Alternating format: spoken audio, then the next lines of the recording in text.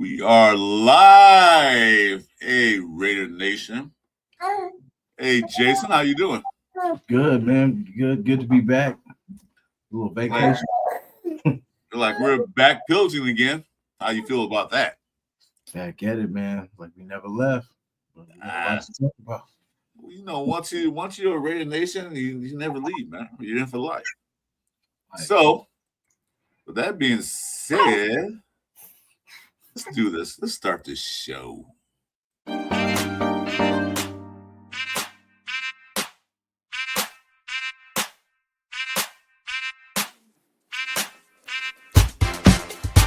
It's the Sunday morning pillaging show. This for Raiders, oh. Raider Nation, Jasin, oh. Pillaging just for Sundays, oh. Me and Chris, we don't miss. Oh, me and Chris don't miss.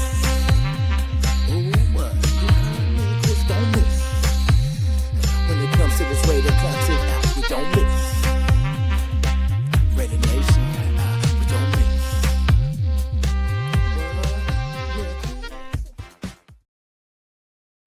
Hey, welcome to Back to the Pillaging Show. We're once again going to pillage this season. Today we have a special guest. Black the quarterback, also from Biz Sports. I'd probably say that wrong. I'll bring him in anyway. So without further ado, let's welcome the guest.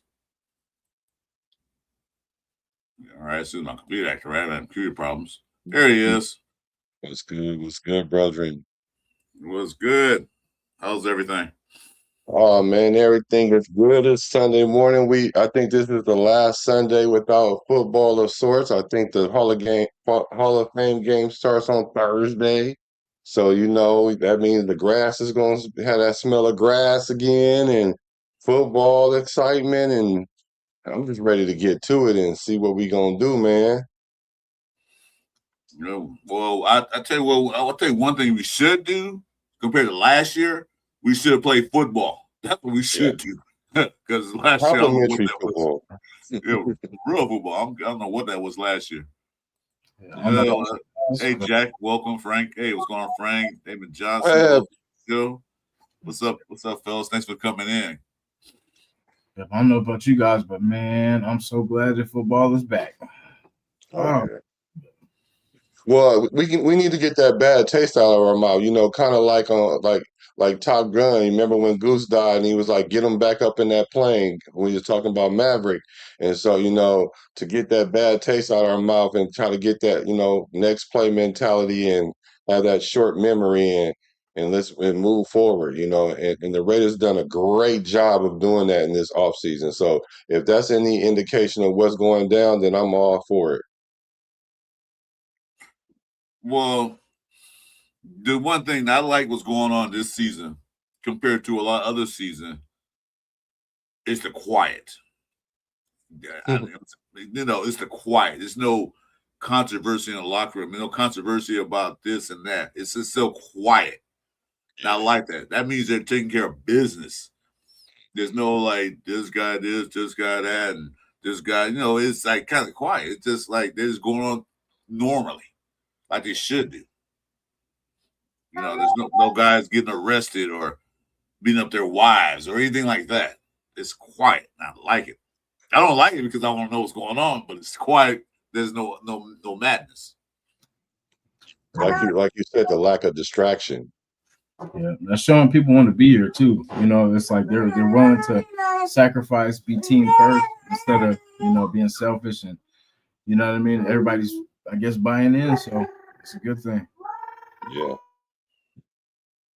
Well, there's a thing that we're becoming a team where players want to come here. Exactly. And that's what I like to see too. Because before we had to pay an exuberant amount of money to get a player here, or we had to trade for them, and they didn't want to be here. It's and that thing. Well, we trade for one player, Teron Johnson, and he's feeling right. He's feeling good. But in Yeah, that, they're Raiders, not. get that man his money. I'm sorry. I'm sorry. Oh, go I go go want go them to go get go. that man his money. Who money? Teron, because they haven't finalized his contract, and he came back early to show good faith towards the Raiders because he could have sat out until he got a new contract. So get that man his money, man. He done his part now. Let's do ours. I think he wants guaranteed is a problem. They want that guarantee because he's up in age, so he wants to make sure, like just in case, I want some guarantee. Yeah, That's He only make hold up. he making plays too. You know what I mean? Like pay him. Because he's a vet, and we need all the veteran leadership in that secondary we can get. Yeah, I just want guaranteed money. That's all. yeah. If I had it, I'd give it to him, but I ain't got it. Yeah, The Raiders do. Raiders got plenty. Hell yeah. So speaking of trades, what do you think about that Adidas trade that everybody keep talking about? Be the Vegas. Be Yeah, the Vegas. Yeah, I think if we could pull it off, yeah, for sure.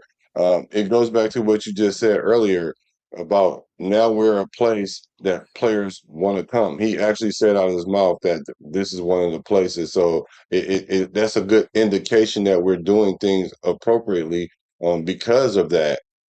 As far as do I believe that, should we get him? Absolutely, I do think so. I think what'll happen is it'll allow us to go from trying to walk and find out what kind of defense that we have that we can at least hit the ground. Not necessarily running, but at least jogging. So that will put us ahead of the curve a little bit.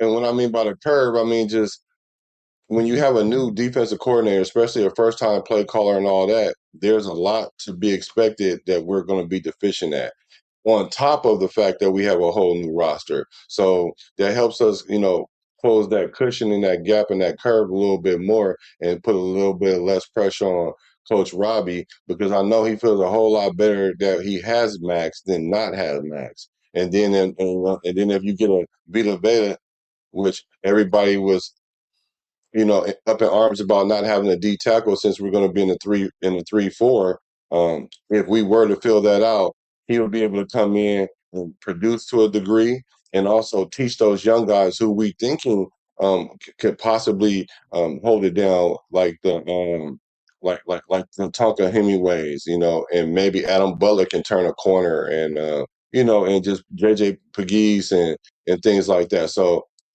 I'm all for it. I mean, I think it'll advance the team, and I think he may fit into the culture. And plus, all the Bay Area ties and the Spy Tech ties and all that other stuff, it only makes logical sense. But it doesn't always pan out like that. But for me, it's a yes. Real quick though, how'd you feel about the Lucky Tassi? Well, I was surprised that they got rid of Laffy Taffy. I liked him. I was a little surprised, but what that tells me is, well, you can tell me a couple of things, but I won't know until I maybe hear something. But I think I just don't know. I really just don't know. It's hard to speculate because it's not necessarily a roster thing because he had a guaranteed roster spot. Maybe they needed something out of him that he wasn't able to do. Maybe a weight target. I don't know. I'm speculating on that. Or maybe it could be to make room to bring someone in. I don't know what it is, but it definitely was a shocker to me though. And I'm rarely shocked or caught off guard. I won't say shocked. I was caught off guard. Well, Yeah, I that look was, at it like maybe because Tokyo Toe will be an international player.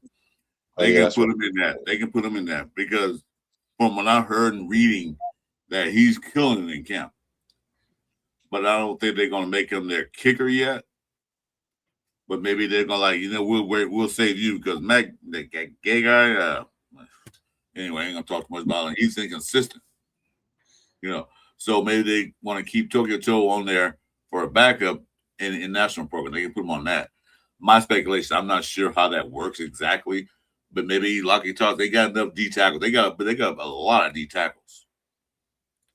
Yeah. And I so meant to say shout out to the baby Raider. I mean, like the Just Win baby. You know what I mean? He be rocking on the show. I was born a Raider. Like So it's beautiful to see that, man. I love that. I love that, man, for sure. I meant to say something about that a whole lot earlier. Shout out to the Just Win, baby. And she ain't got no choice, you know. She Yeah, definitely she don't. she born in this thing, She has no choice born in and sworn because in. although I'm a Raider fan, her my wife's still Oh, proclaimed Monty is a 49er fan. oh my, your wife is a 49er fan? Yeah. That's a beautiful thing. Opposites attract. She's actually a nice lady. Believe it. Believe it. A lot of Niner fans are nice people. They just delusional. Yeah. Well, if she probably watched right now. She probably gonna say something in a minute when I get in the house. I'm not Hey, saying she's delusional. Sorry, man. You say, hey, go ahead and eat dinner. Like, I don't know if I want to eat this. Oh, well, right. She's gonna be like, "Who's that guy you had on your show?" he ruined it in the first 5 minutes. Go ahead and eat, take a nap. No, I'm cool. Right. I knew. I knew. Yeah, so yeah, she's cool, man. I think she was when I first met her, but she was a good lady. Nice. Yeah. Yeah. 23 years, so I love that. I love hearing that. it's too late now. So I'm sorry to you, like it's too late. Right. Yeah. So what was we talking about? So I'd say yeah, Vita too, like you said, that'd be a good veteran D tackle to show the other guys. Mhm. I'm all about these young guys, developing them, then get them ready. You know, I'm all about showing them the ropes. Give him a trade for him. Give him a change his contract. I think I forgot what you want. I mean, he's getting paid now, but they can restructure his contract. Yeah. Bring him in here. He don't have to play every down, but a situation down so you can get in there. Like I said, like you said, he can teach the young guys coming up. Like they said, talking Hemway and Big East and them guys. Yeah. So So what do you think the percentages of him being the Raiders receiving, I mean, getting his services, you know, what percentage you think that's going to happen? I 10%. I'll say about 25%. Wow. Because he definitely want to come here or to a California team, as long as not to those Chargers or whatever. But see, Tampa Bay still has their problems right now because Baker Mayfield won his money, Yeah, he and should get it. Tampa Bay's in cap hell. Mm. Yeah, so he's still going through problems with them. They can't afford both. So Yeah, I think they're going to lose both. the way it looks like, Mhm. Cap casualty. well, we can trim AOC. Hey, so it's funny you said that because I was like, look, check this out, man.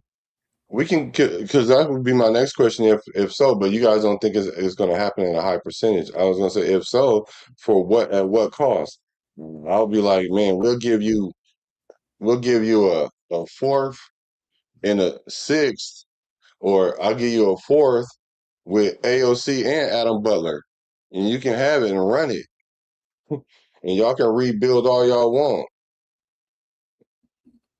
I wouldn't give it Adam Butler because he's pretty good pressure on quarterback. But I would definitely say, how about this? How about we give you a fourth? Because I said fourth too myself a while back. So I would give him a fourth. I'm not getting anything higher than a fourth. Give you a fourth with AOC. And we'll take him. Yeah, well, the reason why I say Adam Butler is because Adam Butler and Vez they're similar players, so Butler probably would be the odd man out. The way they play is similar, and it just wouldn't fit for them two to be together. It's not that I don't like Adam Butler. He's been here for a minute. Um, you know, his stats don't ring like that. But he does have, you know, a lot of things happen that there aren't stats for.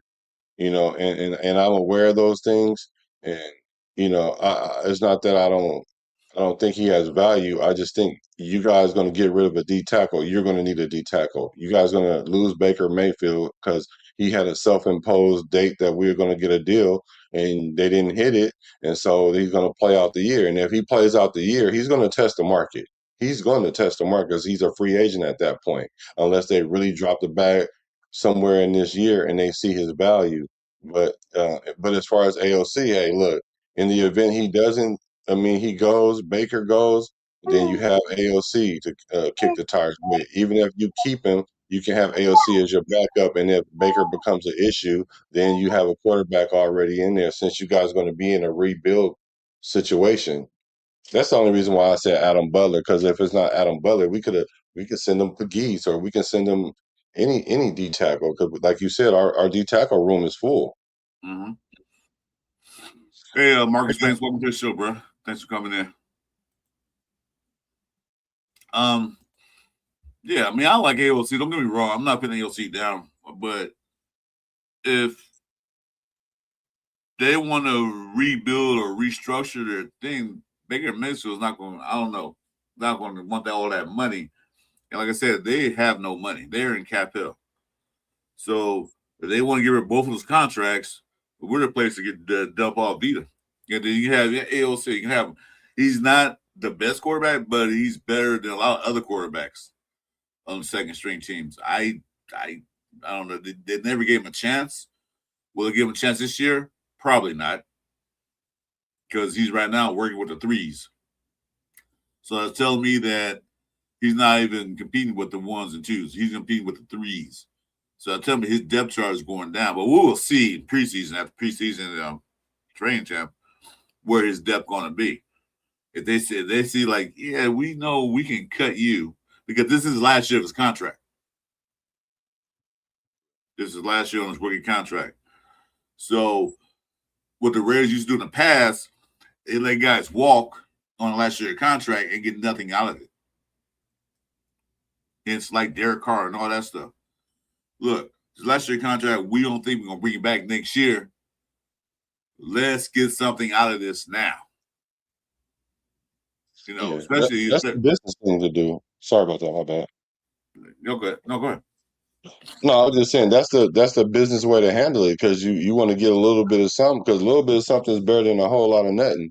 So of course you want to try to get some kind of value, because we even got value out of Geno Smith on the way out the door. That's Spy Tech doing his thing. Spy Hunter, he gonna do his thing. So if we can get something out of AOC, then I think if anybody gonna be able to do it, it's gonna be him. So let's get something and not lose him for nothing, because he already said he want to see if he could start somewhere in the league, and we know it ain't gonna be in Las Vegas. So you on audition now, bro, for 31 teams. So let's see what we can get for him. And it's just a casualty of business. I mean, it is what it is.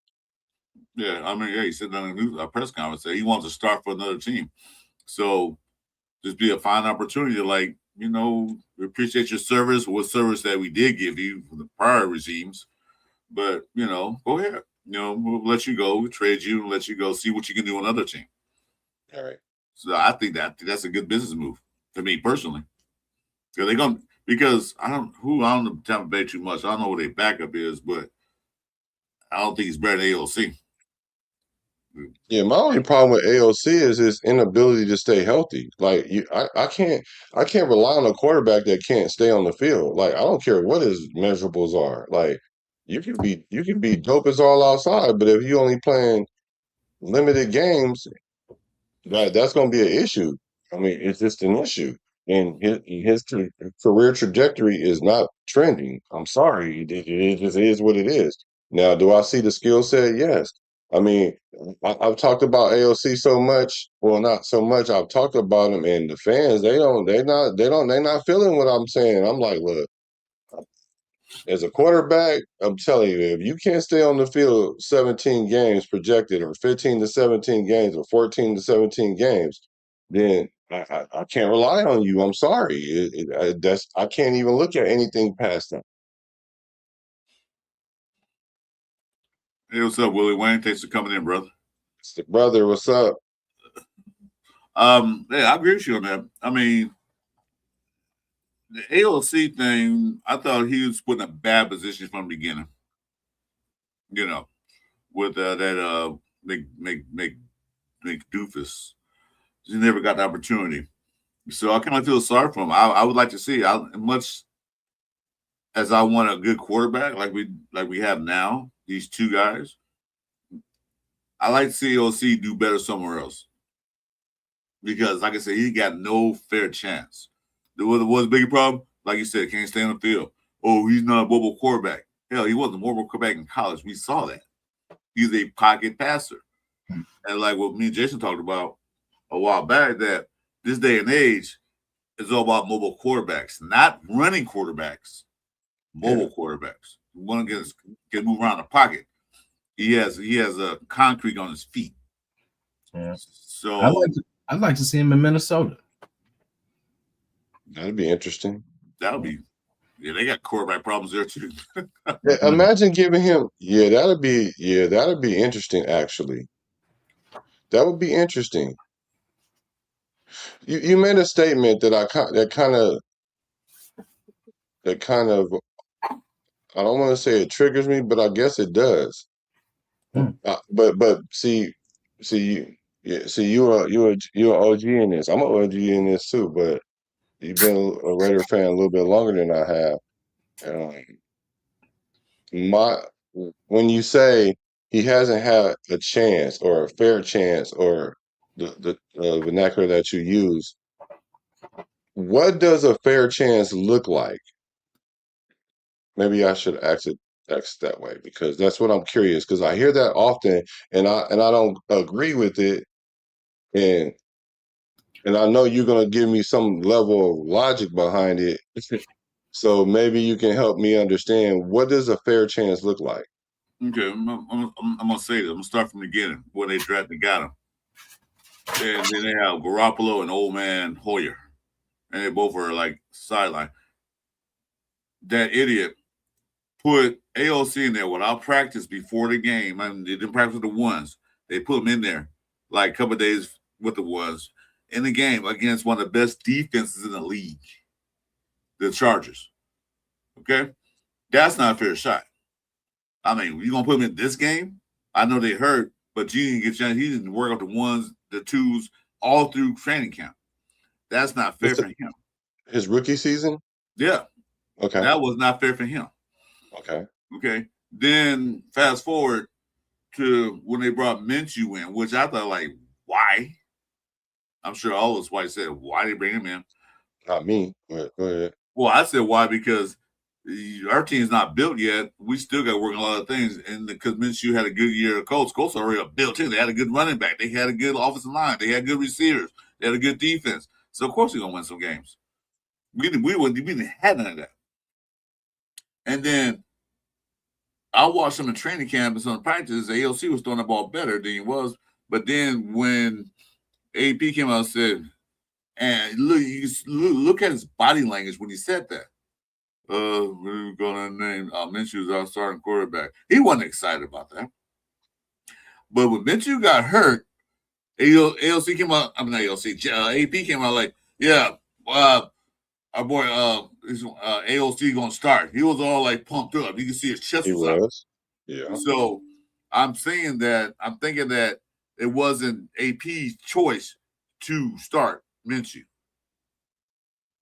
That's not a fair chance to give. I mean, fair is not fair. You gotta win your job. You can't just like because your name on the back, you automatic start. But I'm saying though, he didn't get opportunity to me from what I've seen. I could be wrong, but he still got opportunity to perform. How I seen, because basically how AOC ended the season, I thought he at least earned a chance to start the next season. And say if he had went 1 and something, they're like, okay, well, hey, we gave you a shot. That's a fair chance. But they gave Minshew the job because we were supposed to get off to a faster start. He was supposed to, the veteran, blah, blah, blah. And okay, if you guys remember AOC's first game against the Chargers, how did that go? We could have won that game.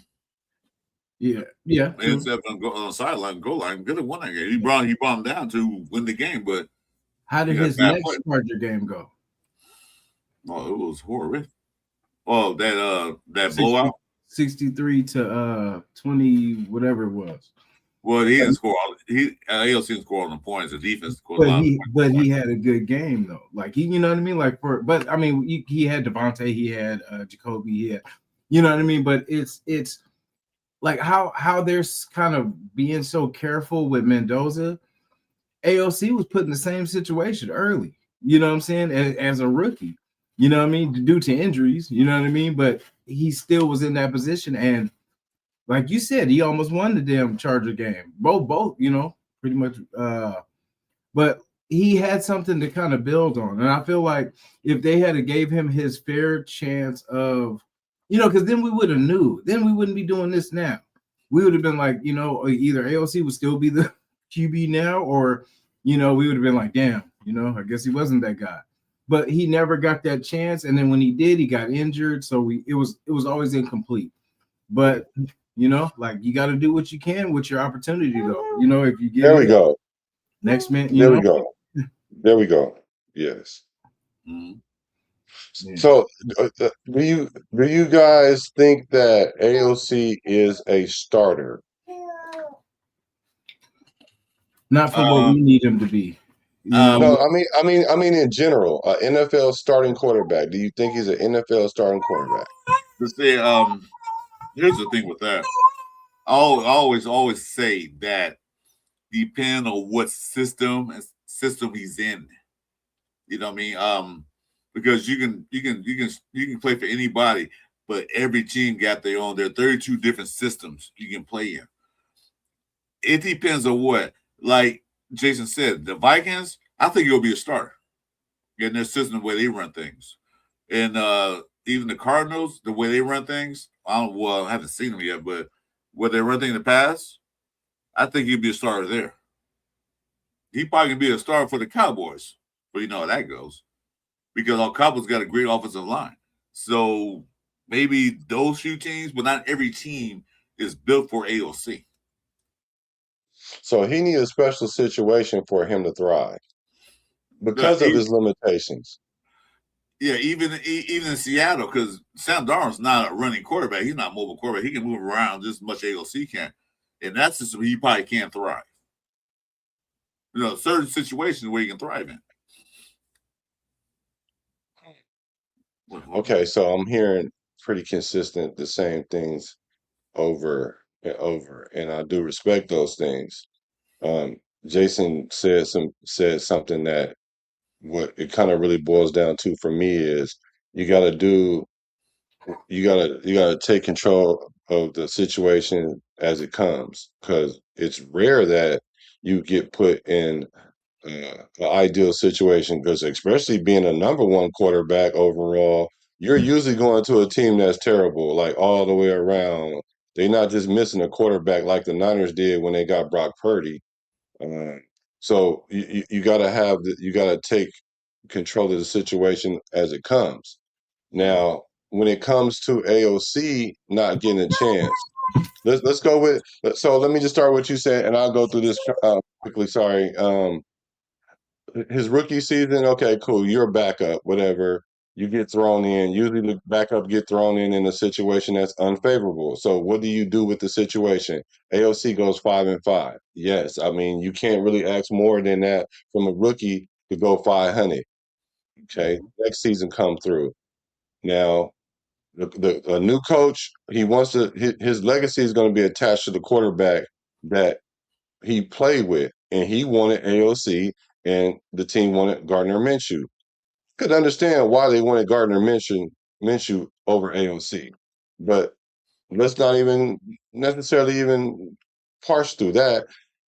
When Minshew did get injured and AOC was named the starter, that is the moment.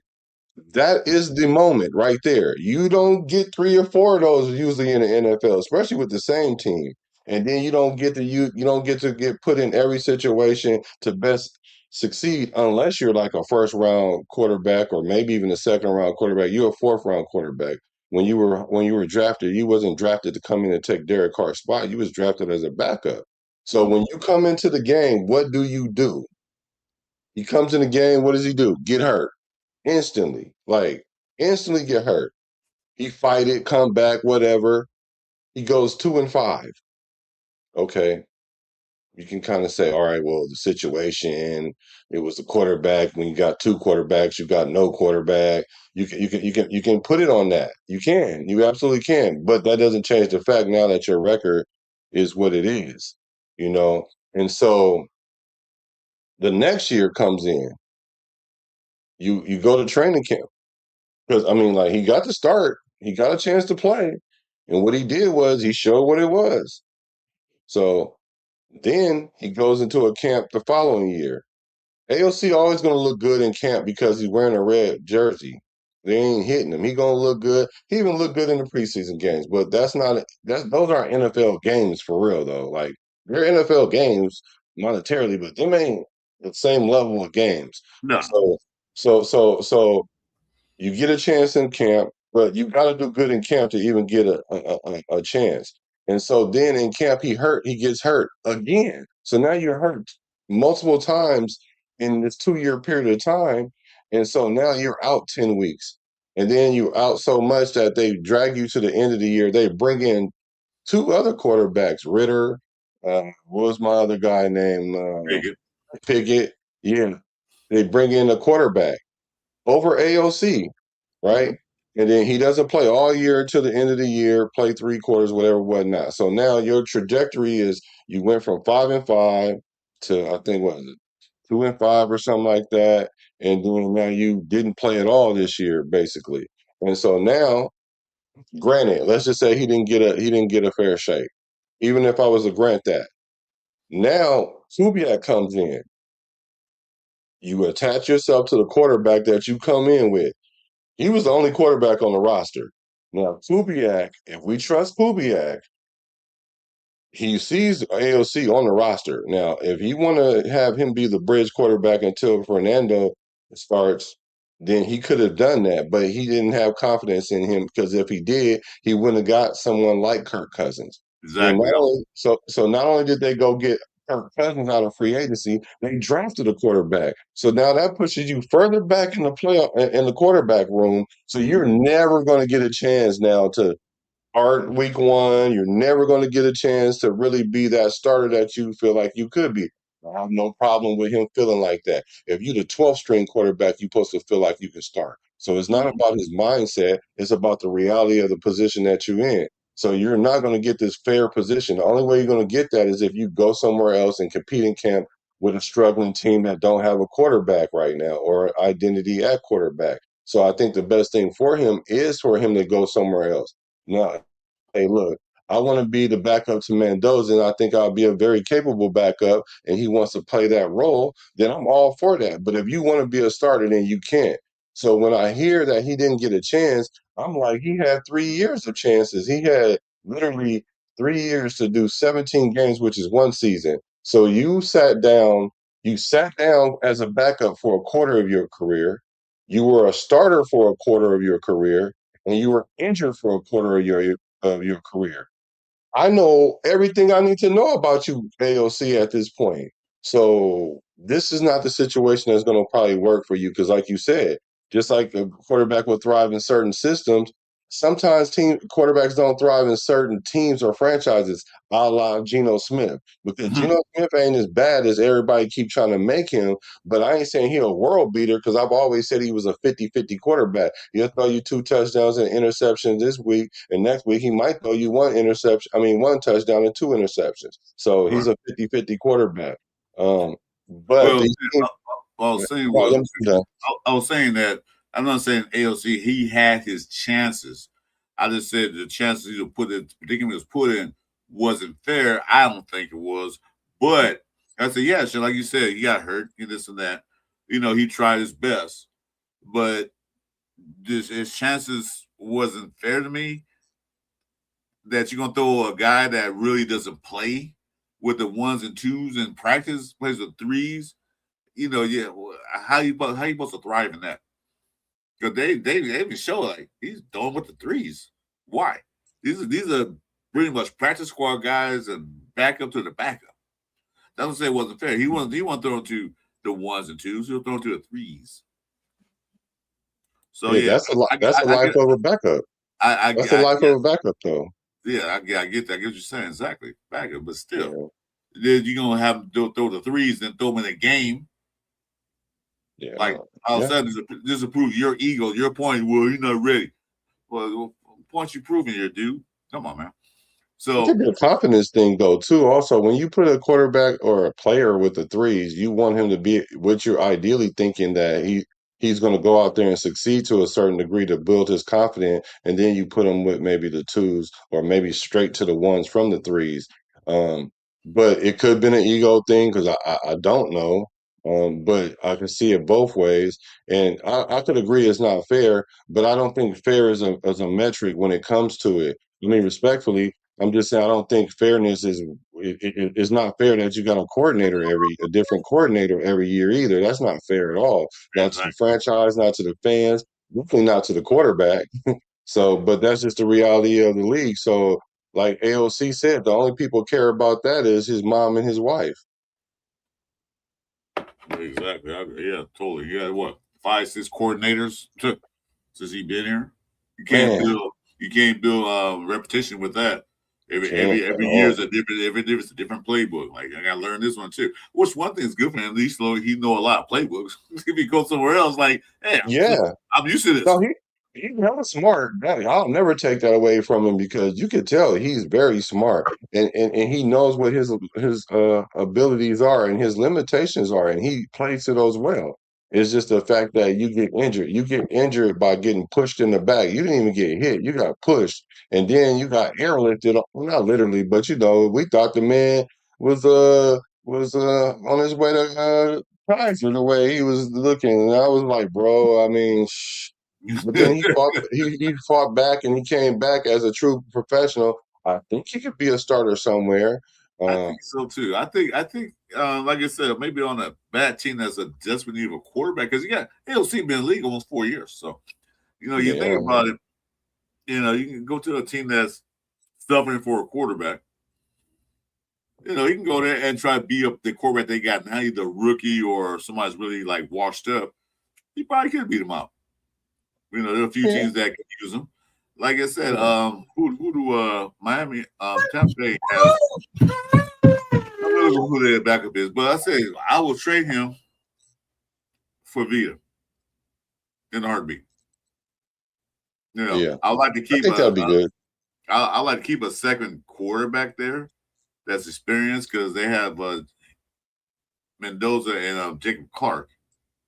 But I think Mendoza now, the way he's progressing, could come in there if something happened to Cousins. So I'll trust that more than anything else. I'm going to see what they back up this. So we'll see time as time goes as they put the pads on. That's when we know what they're going to do. I think I kind of know what they're gonna do already, though. I think I do, and it's been playing like that ever since of April 3rd. April 3rd, I said, Kirk, there is no quarterback battle. I don't care what Kubiak is telling y'all. That's coach speak. He's coach speaking to us right now. Yeah. But he's pretty straightforward. I would say 90% of the things he says is pretty straightforward. But I mean, it's still politics involved with this, so you can't like really be 100% honest about things, but you can try to have some integrity about how you go about it.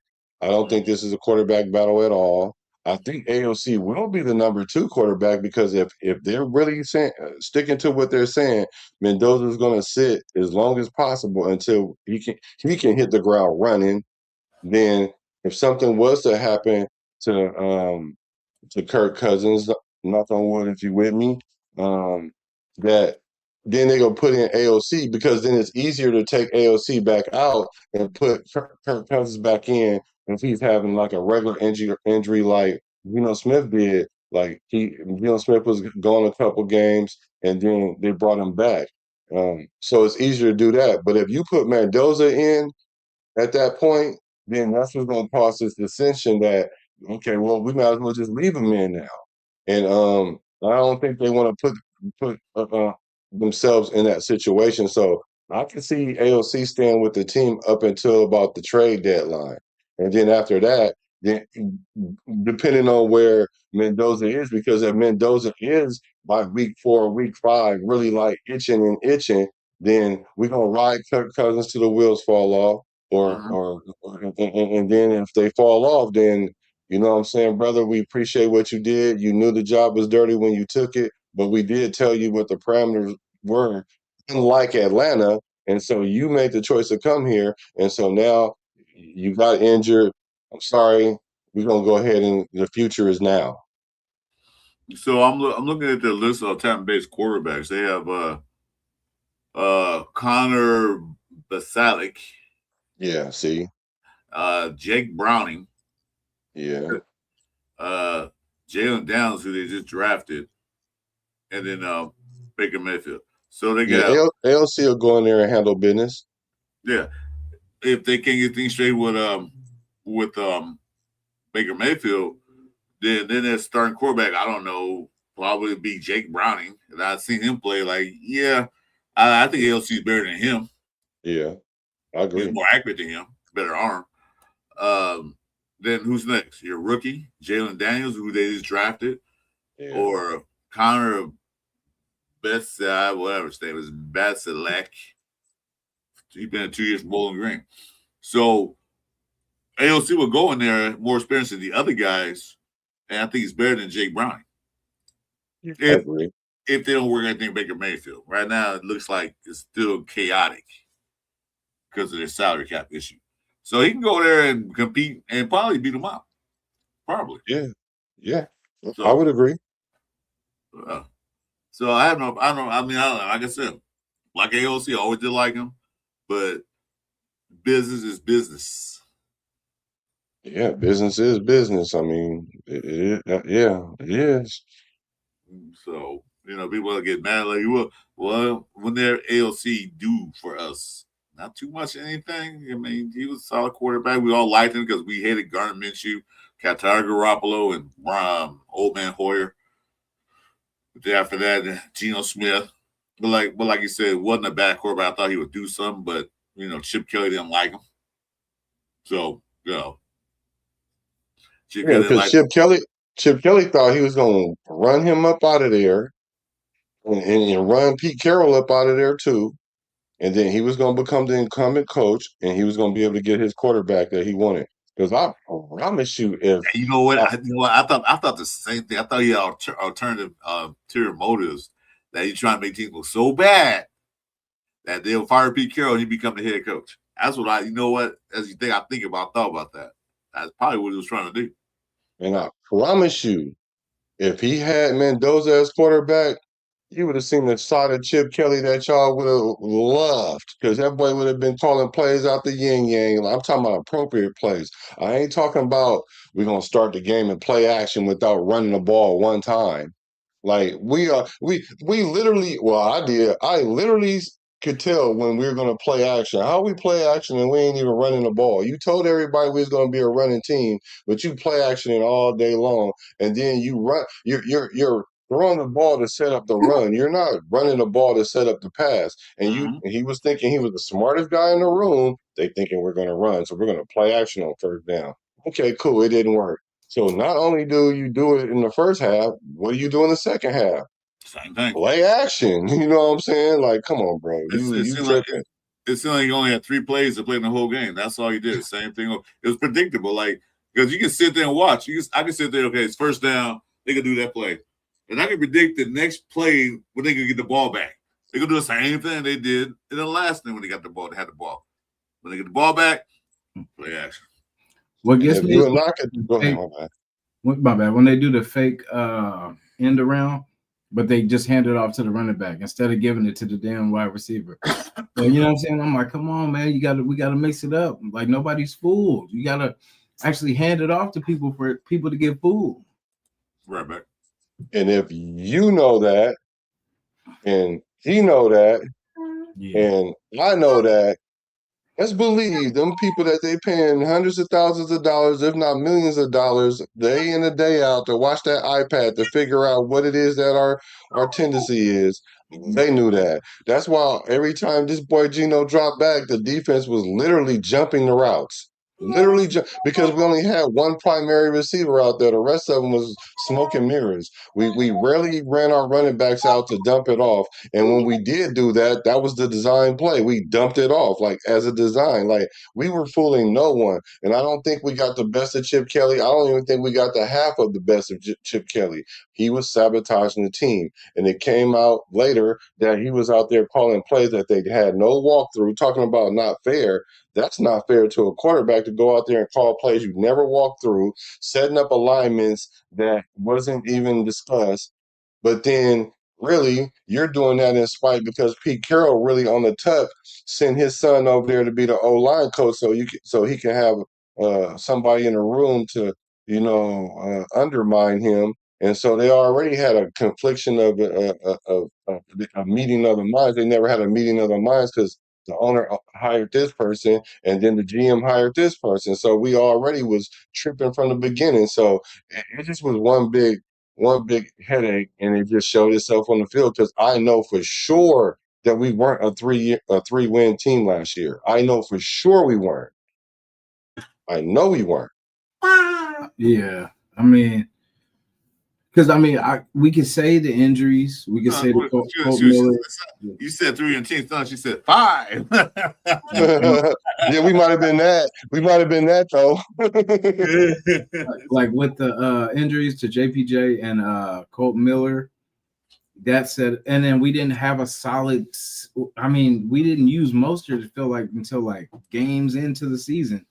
You know what I'm saying? So we never set up, anything good. But like we could just go all the way around because it's that Geno throwing interceptions. It's like just everything, like injuries, like we lost our line. And it just, was everything. Coaching from, it was all around. We could pass this thing all the way around.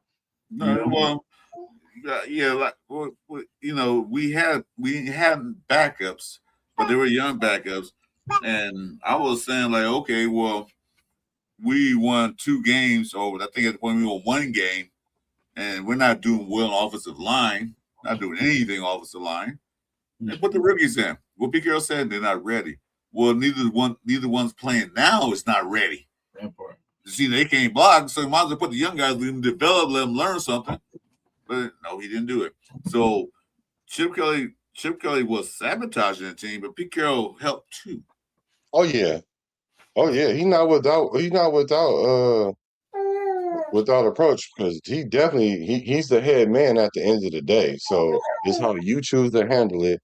And you didn't handle it very well, and it also showed with you having an issue with Patrick Graham. Patrick Graham called 6 quarters all year long. Yeah, like come on, bro. Come on, bro. I didn't know till the end of the season that Patrick Graham wasn't calling the defensive plays. Right. I didn't know that because Patrick Graham defense usually is not cover 3 95% of the time. Right. That's how Pete Carroll's like. We're gonna run cover 3. Well, shit. If I'm a quarterback in the league and I see you run cover 3, okay, you might give me this one time, but run it again, see what happens. All right, that's what happens. That's gonna happen. We're gonna throw a touchdown. We're gonna run the ball down your throats, and that's it. So with Rob Leonard coming in, Kubiak is saying, "This is your defense. You run it." Yeah, I like that. We hired you. This is your defense. You run it. If I see something we need to do, I'm gonna tell you to change it. But we're not gonna call your defensive plays. Like Pete Carroll was doing. We know he's a defensive coach, but still, you got DC there for a reason. Let him run the plays. So that was a nightmare last year, but the nightmare actually helped us out this year because we did have a lot of money in the salary cap. We did get some good draft picks. That's thanks to Spytex Magic. We got some good picks. We probably had good picks last year, but Pete Carroll didn't want to play the guys. They want to play Jack Best. They didn't want to do anything. They didn't play the new alignment that he drafted. None of those guys. So it kind of worked out. Sometimes, like I said, sometimes if you want something new, you got to tear the old one down. Yeah. So last year was a teardown. complete and utter tyranny. So we can thank Chip Kelly for that and Pete Carroll. Hey, thank you. Thank you, Now Gino. we can start anew now. It's gonna take time. Because I heard some people saying, "You think you made the playoffs this year?" I'm not worried about making playoffs. My first thing I want to see is this. I want to see these young guys they drafted or picked up in free agency or whatever they did. I want to see them develop. Okay? I want to see a team on the field that looks like a real NFL team. I want to see us get in the 20 and the red zone and actually get a touchdown. You know? So there's a lot of things I want to see. If we go 5-12, if the team look better than they did last year, I'm good. Now we're building something else. Because remember now, Kubiak has 4 or 5 year 5-year contract. Yeah, 5-year contract. So he has time. And then another question I'm gonna say this. If Kubiak struggles next year, we win 2-3 games. You think they'll fire him? They won't. It's just the fan base will just go back to crying all day, and all night. It almost be insufferable, but no, they won't. Because the Raider brass understands that we have to turn this thing around. Like, so it's going to take some time. But I just don't see in any universe where we only win 3 games next year. Not with Clint Kubiak, because if that happened, I could see him literally getting rid of all the people. Like, y'all wasn't my guys anyway, so let me draft my people now. So last year draft pick, which would be this year draft pick, I'm rocking with them. The rest of y'all, Best, y'all gotta go. Thornton, you gotta go. Palma, you gotta go. Chin, you might be able to stay depending on how you play. All these people that he didn't pick, if all that culminates to the same kind of team win total, oh yeah, he's gonna blow that thing halfway up. Not all the way, but because what the consistent thing he's been saying is our jobs are on the line. He never said y'all jobs on the line. He's like our jobs is on the line. This is a prove it league. So that's why I know he's in the mindset of winning some games now, but he's also building for the future because we drafted that way and we also made moves that way. So we're trying to win some games now, and I don't think 5 games is something that's going to sit right with him. So playoffs, I don't know if we're going to make the playoffs. I would lean to probably not, but with that being said, though, being a player, I understand if you're going to do it, you have to believe it. You have to believe that. You have to believe that and go out there and play like that. And this head office is putting every player in position to do just that, is win games. And if they can't do it, there goes the circular door because we're trying to win games. That's what we're about, winning games. Well, yeah. Like I said, when Spytek came in, Pete Carroll was the head coach. The upper brass hired him. Spytek didn't hire Pete Carroll. And Pete Carroll was actually the third option on the list of quarterbacks that we wanted. So he was like pretty much the bottom of the barrel. Well, no one wanted to come here, so all right, Pete Carroll, you can come. Spytek didn't hire him. Spytek did hire Kubiak. That's his guy. So to say that I was hypothetically say we only win 3 games next year. Well, I think we'll win more than that, but hypothetically, you know. Kubiak, Spytek gonna say Kubiak get fired. No. You're my guy. What do you okay? This year wasn't a good year like we wanted. We want to win more games. We want to do this better. What do you need next year? What do you see we need on offense and defense? Robbie, what we need? What were we lacking? What was our biggest problem last year? And they saw the biggest problem. And the biggest problem was linebackers and DBs. And what did they go out and do? Huh? They got Quay Walker, Jacoby Dean. They re-signed Stokes. They drafted DBs. Yes. Hey, there's your baby. Oh, I can just see. I saw her in the house. And you know, and that boy from that school up north at Cal Berkeley.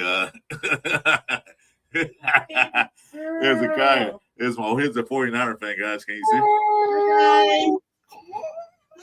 Baby girl. So what's up with Auntie? Oh my gosh, she's gotten big. Oh yeah, all muscle, Oh, I can't wait to see her. all muscle. Good to see you. Say hey. Say hi. Hi, Mama. You say hi. I don't think she can see. Oh. I don't think she can see. So, One there you go. There you go. There we go. Say hi. Mama. Hi, Mama. Say hi. Mama. Say hi. I guess it's turned into the Mama and Mara Hi, show. Mama. Uh, Sorry, guys. It's a family show. That's a 49er fan. So Yeah. Oh yeah. You know, hey, we're not all perfect, you know. Come on, boy. anyway, it's cool. You don't want to go out. Anyway, I was talking about. Oh man, there's a guy that I heard he was balling out spring in thing, but it's all this news is that all right. Just wait till the pads come on first. This like overhyped guys. It's not overhyped. Well, we look good in OTAs, and I say, well, OTAs, basically like t-shirts and shorts. Let's put the pads on. it sounds like you're not very high on masses. I am high on masses. I just messed with him because he came from Cal Berkeley. I'm a Okay. US. He's an AC fan, so you know. Oh, We had no. a rivalry. No, shoot. I think I'm surprised he was still there when they picked him. Like, what? Well, I'm high on him. Chris embraces Mendoza's Indiana side. You know, he doesn't really. Oh, believe that's in what that is? California Because side. that's what I was about to ask you. What do you think about him starting week one? Do you think that he has a chance starting week one? And if so, what do you think our record would be if he started week one? Frank Weber said it best. I like the comment he had right there. Starting week one, Yeah. I wouldn't mind that because we're playing against a team that's pretty much the same position we're in. They have a new head coach. They have a new quarterback. So if you're going to put them in there, might as well put it against a team that's, starting new too, like we are. Against like another team like Kansas City and Texans and all that stuff, maybe not. But yeah, I don't mind. I wouldn't mind that at all. I would put them in there if they feel he's ready. If they feel he's ready. Well, he said he's not ready. That's the thing, see. He says stick And around. I appreciate that honesty out of him too. I love that. But that's only because I think the quarterbacks already know what the deal is. That's why I'm 68.2% or more confident that he ain't gonna start week one because they have a plan and they're gonna execute the plan. Now, if we didn't have nobody back there that was competent, then we could probably throw him out there. We probably can get away with it a little bit. You know what I mean? I'm not saying. I would think we would win about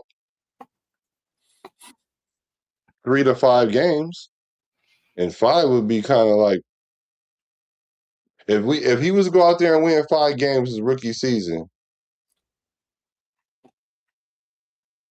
It's not necessarily a total indicator, but it does tell me that at least you can win games in the NFL, in the National Football League. You can win some games, similar to AOC. Like, although he's regressing, I've seen you go 5-5, so I know you can do it. The question is, are you going to be able to keep yourself alive long enough to win games? And that's always going to be my concern when it comes to the quarterback position, your ability to keep yourself alive. I'm sorry. Yeah, but even Mendoza, like I said, we put him out there, right, and we shake his confidence. Then the way this fragile fan base is, they're gonna be like, "See, I knew he was a bust," because I know there's a faction of fans out there they want him to start week one so he can fail, so they can say, "I told y'all we should have drafted back." Yeah, exactly. I've seen that too. I'm like, well, we've been crying for years to get a quarterback. So the last quarterback we drafted was AOC, and that was the 4th round.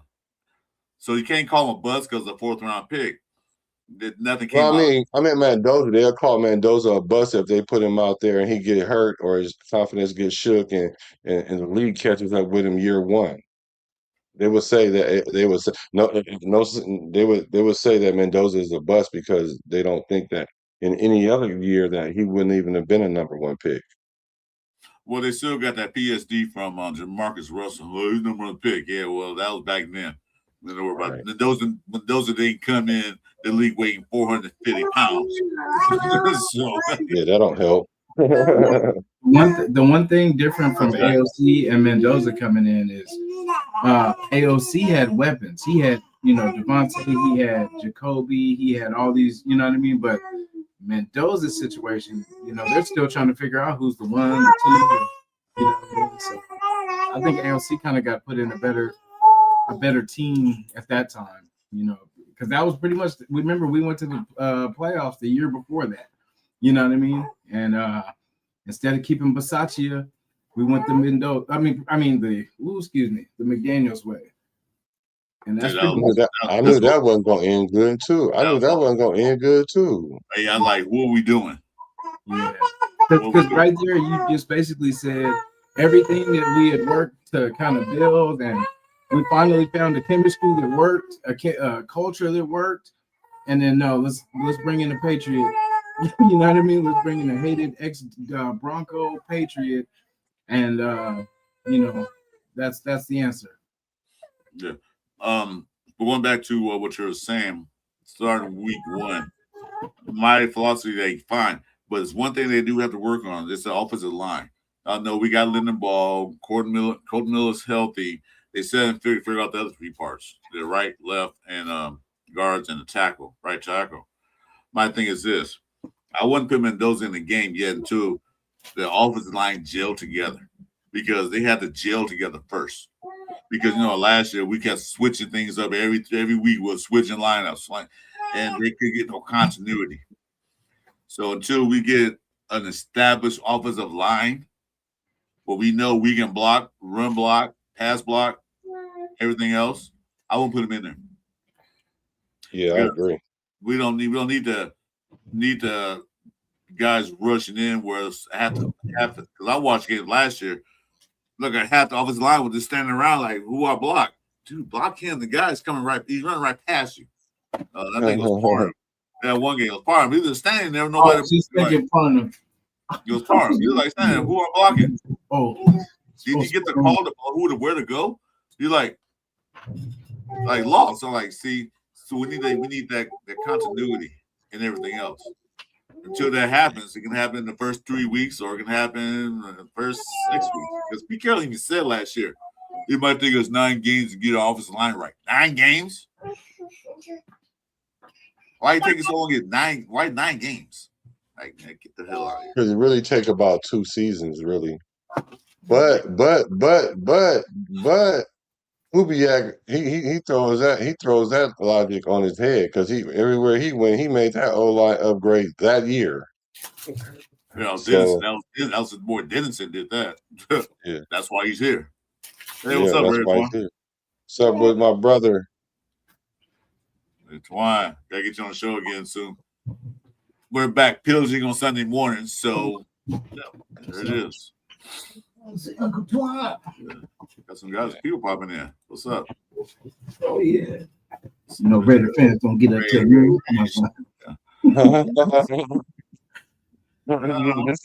He said not till noon. Man. Yeah, I'm good. I'll tell you what. I will put Mendoza in there if the game is gotten away from Miami. Like, we're winning like 24-3 in the third quarter or fourth quarter. I wouldn't let them swing around a little bit. Let them get used to actually real live action. If we're winning the game so bad that they can't do anything, yeah, I'll throw them in there. I would say, Mel, come on, cousins. Let Mendoza rock around for a little, see what happens. That's what I would do. That's what it can do. But still, you don't want to get out there Because soon the defense see fresh meat, they gonna go crazy. Oh, a rookie, fresh meat. Let's go after him. But I won't put him into the offensive line. Is completely solid. What if injuries happen game one? Well, they have no choice Well, AOC gonna play. if he's still there. Oh, that's what I'm saying. That's why I think he's going to stay for that Yeah. very reason. Because if Kirk Cousins go out there and God forbid something was to happen to him, they don't want to throw Mendoza out there out of necessity. But what's the worst case though? Because I mean, say if that happens, right? Kirk goes down. Say Fernando bombs. Basically, you get a high pick. So at the end of the day, you could fix whatever was wrong. You know what I mean with this season. You know what I'm saying? Like, because I mean, it's kind of because this year's a freebie anyway. You know what I mean? Like this one really is because it's Kubiak's first year. It's his first year to see what he's got. So technically, the year to gamble would be this year because I feel like next season we'll be more serious about the playoff push because you know what I'm saying? Like we've been around together. Lindenbaum will have a second year. You know, second year stronger on the roster because everybody, like you said, is new. So why not all gel together? You know what I'm saying? Why not now? You know what I'm saying? Like Kirk's only going to be here 1 year. You know what I mean? Like next year I doubt he'll be here next year. So that's what I'm saying. Why waste on him when he's not even going to be here? Let's get our guys that's going to be here for the next, you know what I'm saying? I mean, if he's really not ready, I get it. You know what I mean? But I feel like sitting him a whole year, that's crazy. You know what I mean? That's just nuts. Because, I mean, what are we really going to do this year? Because I understand if we were like, say, we had all the weapons, all this stuff, and we were just one player away, and that was Kirk Cousins from a playoff push, but we're not that. That's not us. You know what I'm saying? We're not there. Like, we were, like I said, the last year, we were the worst team in the league. We got work to do. You know what I mean? So why not let them work together? You know, at least at the worst case, split with the ones. Because Kirk's been in the league for years. He don't need all the reps. You know what I mean? He really don't. But Fernando needs these reps. Yeah, I think we should just sit the boy. I think we only put him in an extreme situation because I've seen it too many times, especially with the Raiders. If that first quarterback if that second string quarterback come in, we playing all three quarterbacks on our roster. Whenever that backup come in, we playing all three quarterbacks on the roster, and we might bring one in. So I'm just saying, I don't want to do that to Mendoza. I don't. I mean, I think the O line gonna be fine because between Colton Miller, Lindenbaum, JPJ, and Glaze, it's enough experience there that they can make a jump.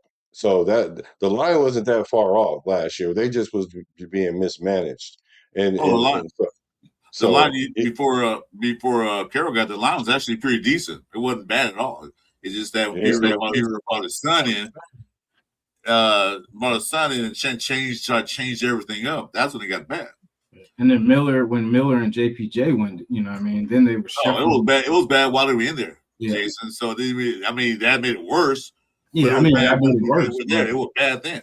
Yeah. So, yeah. And I think it's talent too. We keep blaming that dude for Brendan Carroll. Yeah, it was a little bit of him, but I mean, it's talent too. We don't have a star offensive line. Like we plugged in players and expect these guys to be number one picks, but these are not. These are UDFAs and you know what I mean, late picks. Like, you know, so we need to just keep getting talent. That's why I like when they got Burford from the Niners. Because at least, you know, they're pretty good. One thing they do build is a good line. You know what I mean? For what they got with McCaffrey and all that, they know how to build a good offensive line. So just to get a piece of, you know, someone's professional line would be nice. You know what I mean? Because that's the thing. We look at everybody. We have JPJ and Colton Miller are really our top linemen, you know, plus Lindenbaum this year. But you know what I'm saying? But everybody else is like Meredith. You got people that we plug and play. But it's like they're not stars. They're not high draft picks. These aren't top one, first round linemen, second round linemen. These are UDFAs. You know, so we need to get start. But that's the thing. When the draft comes around, we can never get line because we need everything else. We need the quarterback. We need the DT. We need the corner. You know what I mean? But we can never get I'm hoping this next draft we could draft a star tackle. I think we got the Dolphin fan here. He said, "Yo, y'all gotta change that thumbnail, bro. Y'all question mark just as much as my squad." I guess you're a No, Dolphin it fan. ain't. No, it ain't. Y'all don't even Yeah. know what y'all got going on over there. Y'all got rid of all y'all players and everything. Y'all got rid of everybody. Y'all don't have nothing going on, Yeah, y'all respectfully. start from rock bottom, so Yeah, y'all at under least the rock. at least Matter of fact, we have a little foundation. So, but yeah, but that's funny. at least we know what direction we going in. Y'all treading water and y'all Dolphins. But the thing about it is that thumbnail fire. I don't care what nobody say. That thumbnail was fire. Jason made that. That thumbnail was fun. Appreciate it. Awesome. That was nice. Yeah. Hey, I mean, man, thanks for coming in, man. We appreciate your Yeah, for comment. sure. For sure. but like I said, I get it, like why he's starting because he is the vet. You know what I mean? But I just don't see what's the motivation this year to push when our team isn't there. You know what I'm saying? We don't have you know what I mean? I'd understand if he was, we're gonna let Kirk give a push for the playoffs, you know what I mean? But we're not there. You know what I'm saying? We don't have Nobody's talking playoffs. Why playoffs? No, I'm not even talking well, playoffs. but that's what I mean. This is a test bed. This is like you said, this is a Quebec first year as a head coach. You got a rookie quarterback. You got new players coming in. You got a lot of rookies and some free agents coming in. To me, this is a test bed to see, okay, next year we should be a lot better. Because this year gonna be like, okay, we got some foundation pieces. We got some foundational pieces. We got some linebackers. We got a couple of DBs. We got some offensive linemen. We got running backs, 2 of them, maybe 3. This is a test bed to see, okay, what do we need next year? Let's sit down. Let's talk about it. What was the lack of things this year? Because they already saw like I said earlier, they already saw what the lack was last year. It was offensive lines, the D-backs, the linebackers, everything else. So they saw that. So they brought these guys in. They should be the same thing. What we missing? Because I'm tired of people talking we need number one receiver. No, we don't. We don't need Diggs and all them guys because we don't know what we have now in the building. Because they play an offense, like you said, Chip Kelly sabotaged the crap and all that. So we don't know what we have there. Malik Benson is showing up. He's looking pretty good. We don't know what Thornton can do. We don't know what Tucker can do. We don't know what Best can do because they never got opportunity to play in the system that makes them look better. We got Brock Bowers. Okay, he's a tight end. Right. But then again, defense is going to scheme against Brock Bowers every game. They're going to watch him. They're going to send their best player after him. They're going to send 2 players after him. So we need other guys to step up. But what we do last year? None of that. No offensive line. Hey, what's up, D-Mans? So, I don't see us signing a diva wide receiver. We don't need that. We had that. We don't need it no more. We had the ABs and all that stuff. We don't need that. If our team was already running, then we can put a diva wide receiver in because receivers become divas when they're either outperforming the team because they're balling, but the team ain't. And that's usually when they become divas a lot of the times. But my question for you guys is this though: if Kirk Cousins come in and win us 8 games, do we bring him back next year? And before you answer, keep this in mind as far as the contract. Essentially, the contract was a 1-year deal. I know what it said on paper, but what they'll do is the team has a team option. We'll deny that. We'll sit down with him and we'll restructure a contract where he'll either get an extension so he'll get guaranteed money and then whatever, or we'll just throw out the whole contract, offer him a new one, and then he could either accept it or deny it. Now, with that being said, if we win 8 games next year, do you get rid of Kirk Cousins? If Kirk Cousins balling out where we can win 8 games, they can go ahead and restructure his contract because he's set to get paid $16 million next year. Right now, don't even pay him 10. So his contract say that he'll get $16 million. They can restructure that. if they want to keep him. And they can say, we're going to stretch your contract. You did good for us last year, but we're going to stretch your contract. You can stay if you want to stay, or you go somewhere else. Because I don't think another team going to pay Kirk Cousins because he would be 38. I'm paying $60 million. Chris, do you know who his agent is? Right. Do you know who you talking about? Oh, Moneybanks. I know his agent is Mr. Moneybanks. If anybody could get it done, it's Kirk Cousins, man. That's why I call Kirk Cousins the bank thief Cousins, because he robbed you. But I would say it all depends on how they restructure. Let's assume that they restructure it nice and they agree. Let's say they can come to an agreement with the contract. Do you think if the Raiders win 8 games with Kirk Cousins, do they bring him back? Yeah. If they can restructure it, it was a good deal for the Raiders where they're not going bankrupt. Yeah. But then again, then you got Mendoza there. So what's going to happen is this. Kirk Cousins got to really, you talking about competition, now you really got to compete. So I think Mendoza had a year behind his belt. He can see, maybe get some games. You can see. So, yeah, I would bring him back because you know what? It's always good to have competition for position. Just because you're that quarterback with the name on your back don't mean you automatically starts. I used to hate that about his Bears. We're bringing him in, you automatically start. Well, who's he competing against? Like, Carr never had competition. Who competed against Carr? I think only one player, what was his name? Mariota competed with Carr. Everything else, Carr was here, was no quarterback competition. He was an automatic starter. Yeah. And I don't like that. I want somebody to push him in the back. Like, yeah, if you don't play well, we put him in because he's doing better in practice and everything else than you are. So if you want your job, you better fight for it. So if you bring him back, that'd be good for Mendoza. You're like, you know what? You want to start this year? You think you're ready? Kirk Cousins sitting right behind you. He'll take your spot. You better do good. You better compete. Anyway, just a PSA, guys. Hey, if they start joining us, make sure you hit the like buttons, subscribe to all 3 of our channels. And today only and forever, subscriptions are free. You can subscribe for free. So, yeah, thanks for coming in, guys. Anyway. So. Yeah, guys, I apologize. I thought the baby was going to go to sleep at some point, but she was rocking. You know, she likes the camera, man. You know, she cannot have a camera. Hey, look. So go Raiders. I heard it. Yeah, you did too, huh? Like, oh, I'm teaching her to pump up the crap. Come on, let's go. Yeah. I'm looking forward to the season. I'm looking forward to the young guys getting in there because I know Kubiak and they're going to play these young guys. I don't see them sitting on the bench. Somebody not ready yet. But I think this season is going to look a lot different. I'm not expecting much. I'm not even going to do a record. What's your record prediction? That PTSD, that post-traumatic Super Bowl deficiency. I don't know. Everybody's scared to jump out the window because they've been jumping out the window for the wrong regimes. I didn't jump out the window for McDaniels, McDummy.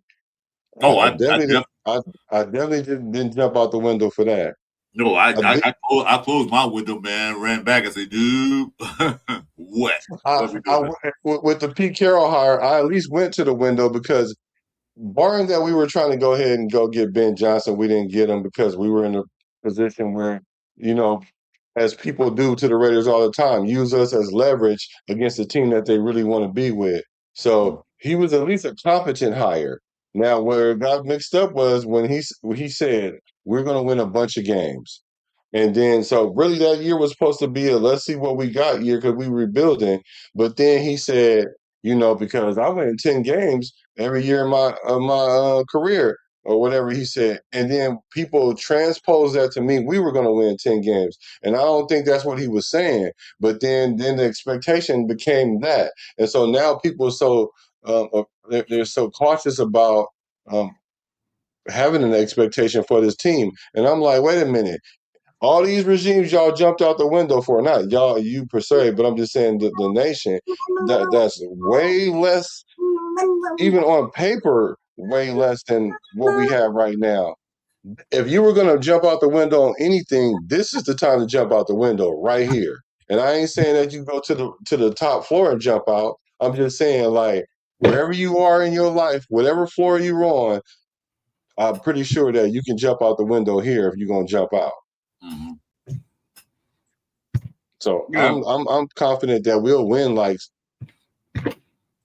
7 games. I'll say really 6 to be fair, but I my number, and I'm gonna stay consistent with that, is I'm gonna say 7. I think we can pull out 7 games. Yeah. I mean, I hope so. You know what I mean? 'Cause, I mean, I don't like that our team is where it is. You know what I'm saying? But it's just, and I guess it is a little bit of, you know, I was hoping that Pete could have did something different, brought some winning ways, and it didn't. You know, so I guess I am a little reserved to be like, you know what I'm saying, the usual Super Bowl. But, you know, I know it's coming. It's not like I don't see that we're getting close. Like, we are close. It's just this year, I feel like Kubiak still has to see who he's got on his roster. Like, Exactly. and, you know what I'm saying? Like, Exactly. until that's done, like, we don't know what our future, because the people that we believe in this year could not even be here next year. You know what I'm saying? Could not even be in this plan. So, You know, they took him about, well, look at Ben Johnson. His first year, you know, he did all that. Yeah, but you got to remember, their team was already built. They already had their quarterback in place. All they need was a couple of pieces like offensive line. They wouldn't spend money and got the offensive line. They need a couple of weapons on defense. They went and did that. They don't need a few pieces. We need a lot of pieces. Yeah, we almost beat them too. So, you know, yeah, sure did. Far away, but bad calls and some stupid plays. Other than that, yeah. But I'm saying though, what he did, yeah, was amazing. We don't have what they had when Ben Johnson got there. Plus, I always had a theory that Ben Johnson went to Chicago Bears because he was a OC in Detroit, and he see how they play. So it's easy for him to run teams against their defense. Yeah. So I was like, yeah, well, why would you go to the same conference that you played against for a couple of years and you know how they run their systems? Well, it's easier. Yeah. Well, he think he got the biggest nads. He like, oh yeah, you know what? Not only do I want to play in this conference, I want to play against my ex team and show y'all it was me, not him. Exactly. Yeah, like I say, you know what type of defense Detroit was, and the Bears and Minnesota. I can fix that. So easy for him. First year coach. Why go in there and then stink it out and mess up your resume when this don't work out in Chicago? My resume look good. Well, I won some games in the playoffs. Next thing gonna hire me, gonna pay me $100 million. You gotta keep your resume clean. So I don't blame him, because the Bears coming here was a clusterfuck. Excuse my language, because we had no direction. We didn't know what we were doing. Yeah. So why would I go there? We saw we did McDaniels. He was there too long. He was there one game too long. One game. And with somebody, what people don't talk about too is our defensive coordinator. This being his first year as a DC, you know what I mean? Like, yeah, it's there's a lot of just question marks. Like the wide receiver situation, the DB situation was still working out. You know what I mean? There's just a lot of things. Robbie Lake could have been a decent coordinator a couple years ago because the way he ran his defensive line, he could be a decent coordinator. And I think that he's a good motivator. The defensive line loves him. Max Crosby, the rest of the guys love him. And when you have love for your defense, you're going to get the best out of them. Yeah. So they all loved him. So when he told Spytek and them, like, well, okay, in the interview, they had the interview. They didn't immediately hire him. They know you got to interview for this job. Tell me what you think, what you want to do. They like his plan. They like the way he approached himself. The players love him. And so that's why they hired him. He said, I want to run 3-4. We're going to be aggressive. Yeah. Yes. We're not going to sit back and wait to see what they're going to do. We're going to dictate what they do. Let the dogs eat. Like the old Bears. Oh, we want to wait back in a cover 3, wait for them to see what they're going to do. Oh, we go over there. No, they say, we're going to make you do what we want you to do. And that's why I like Rob Leonard. Yeah, like Al Davis said, we don't take what they give us. We take what we want. Exactly. We'll tell you what to do. third down and 3. We'll tell you what you're gonna do. What do you say? Right. Bag them up. Let the corner sort them out. Yeah, there you go. Exactly. Oh, love it. Oh, Yeah, they got him the guy when he needed. What probably what do you need? Well, we know we need some D backs, get some linebackers. And what spot that do? Let's go get him. Let's bring him in. touchdown. So there it is. It's I like this general manager because he don't have an ego. He's talking to his coaches, asking them, "What do you need?" And what do? Go get him. I think last year with Pete Carroll was the old man in the room, so he figured, well, this is what we're gonna do. So go get him. Go get Geno Smith. Go get this guy. Go bring in what's his name? What was that offensive lineman guy? That guy was like not confident. The other people. Which one? Wait, Stone Forsythe. Stone Forsythe. Go get him. yeah, boy. Dude sucks. Go get Lockett. Well, you should have got Lockett in the beginning of the year. Now you bring Lockett in halfway through the year, which take away from the young guys developing. What are you doing? Because Lockett was on Tennessee, I think, at the beginning of the year, and they brought Lockett in because the O line wasn't holding up long enough for Geno to get confidence in other receivers because he was running for his life. Yep. So they brought in Lockett because he knew that Lockett understood how Smith works, and they were able to have some kind of continuity to some degree, you know. And it was really to protect the quarterback. That's why they brought him in. But Lockett was a free agent beginning of the season before he signed for Tennessee. If you're gonna bring in Geno, why do you really? bring Lockett in? Yeah, okay. I didn't. Why you bring Lockett? I say, well, bring Lockett in with him. They both played together. They know each other, so bring them in. They did. Now you bring them there halfway through the year because Lockett wanted to get out of Tennessee. Okay, we'll bring you in now. It's too late now, but So anyway, they gotta be better in the 28-29 season because that's when they play Super Bowl in Allegiant Stadium. So maybe we'll be there for that. Can't wait. Yeah, that'll be interesting. That would be. We win one at home. Well, the Rams did it. I mean, yeah, that'll be interesting. Really, really interesting.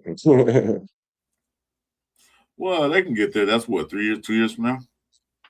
Yeah, it can happen. Yeah, it can happen for sure. In 2 years, I think we're a lot better team in 2 years than, I said this year, like Jason said, this is more like a test bed. What we need for next year. How can we win more games? What we're lacking. Hey, what's up, Mr. Barry? How you doing there, guy? DP. So I'm not expecting much. I am. 6 games. He said, "I am." I mean, I'm not like I said, jump out the window, but I am jump out the window, but I'm not gonna hoopla like we are AD. I was like ecstatic. Yeah. Worst case, it's a win-win. Worst case, I was right or we won. You know what I mean? Like, so it's a win-win regardless. So she finally passed out. She getting there almost. Yeah, she figured out what I ain't ready yet. I went to Larry Doves and she's like, He said, wait a minute, the camera's still rolling? She said, I ain't ready yet. Hold up. Yeah. Yeah, 6 games, 6, 7 games, I'll be happy. I just want to see better play on field. That's all I want to see. Yeah. I wanted to just talk about some wins on this podcast for a change. You know what I mean? This because literally this last 2 years we lost 10 games in a row. 2 years in a row. That's crazy. That's crazy. Yeah. That's like I said, I've been a very fan for a long time, and last year, I mean, I saw the Raiders when they brought back Arshell in Oakland. I was like, God, it can't get no worse than this, but I was wrong about that. I was dead wrong. Well, the Raiders will make a fool out of you in that way because we create ways to do the worst every way. Like you can watch us how we play. Like it's almost like we never, I won't say never, but we rarely lose the same way twice, but we definitely create new ways all the time. Like we lose games. Like, how did that even happen like that? I mean, even down to the index card, first down. Like Oh yeah, that you, crap. you'll never see nothing like that ever in life.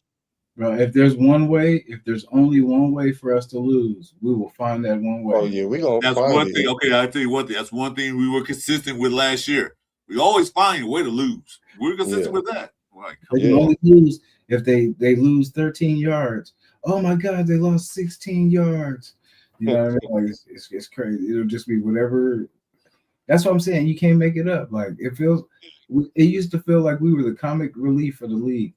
You we know what I were. mean? It was so crazy. I'm like, is this just what we are? Like, is this our future? Like, is this we're just the joke and the clown of the league? The media love the Raiders. You know why? Because they have something to talk about. They always clown us. They have something to talk about. And this year they can't find anything to talk about. And there's been those, of course, the big news. But now they're like, man, we don't know they're gonna be a joke this year. What are we gonna do? We Right. gotta find something to talk about. So they're gonna pick up somebody else. Shout out to Chris Berman too. He was the only one shoulders left. The Raiders. Even Rich Eisen, man, he likes the Raiders. He like Yeah. he's gonna do better. He don't put us down, but he's a Raider fan. You can tell he's an undercover Raider fan. He had us in the playoffs, I think the Oh, he last is. years. He said he had us in the playoffs like the last couple years. We let him down. Yeah, he's an undercover Raider fan. He can't say it because he works for us, the media, so he can't he could, but he don't. Yeah. Yeah. One day we're gonna be right, y'all. One year we're gonna be right. No, it's soon. It's soon. I'm trying to tell you, bro. It's I mean, just like even with life.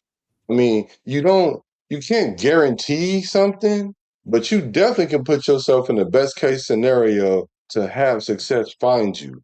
You know, if you lack certain things, like if you fail to plan, you plan to fail, like plain and simple. So we haven't been doing much planning, and so the results yield what they are. Now we have a plan. That doesn't mean that we're going to succeed, but it definitely gives us a better chance to succeed than we have been doing.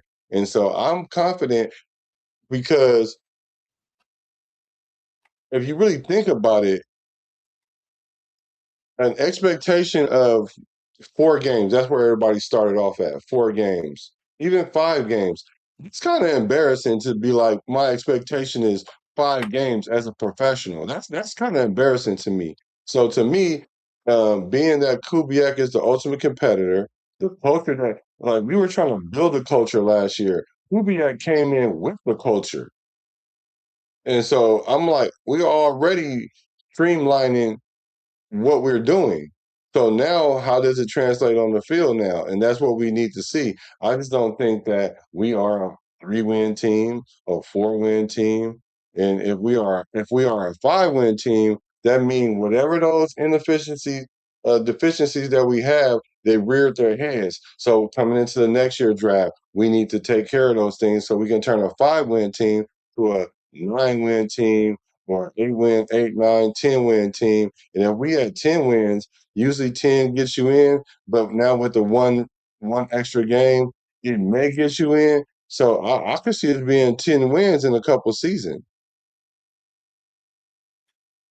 Yeah, I can see us doing that within not this year, but next year. I can see us doing that once they figure out exactly where we stand at, what we need to accomplish that. Because if you look at last year, there's a lot of games we could have won. We could have won that Jacksonville game. We could have won Chicago Bears game. There are a few games we should have won, but bad coaching, bad play calling, and stupid key mistakes prevent us from winning. Oops. All right, here we go. Yeah, Prevent us from absolutely. winning. So we were there, but we got a lot. They got because Kubiak they couldn't watch the team because he was worried about his team going Super Bowl. So, but now that he saw what was going on, he immediately changed it. Say, oh, we need a winning culture. Well, first we got to win games to have a winning culture. So that's the thing we got to do. You got to put. He's going to put the players in the right position to win. He's going to make the call because they hired the what's his name, Mr. Jawbone Chinoco. He's the OC, but the play call is coming from. He's coming from Kubiak. So he has that other guy, that counter guy, like, hey, what do you think we should run? Well, I think we should run this. Well, no, I think we should run that. All right. OC call the play. You know, he has that on his side. So that's a good thing. Well, last year with go back to go defense, Patrick Graham didn't have that option. Pete Carroll called everything. Yeah, that was terrible. He called 6 games. That's a travesty. No, 6 quarters. Oh, 6 quarters. Excuse me. Yeah, 6 quarters. Imagine that. Just imagine that. Out of 17 games, what's that? 68 quarters. You got to call 6 of them. Mm-hmm. Yeah.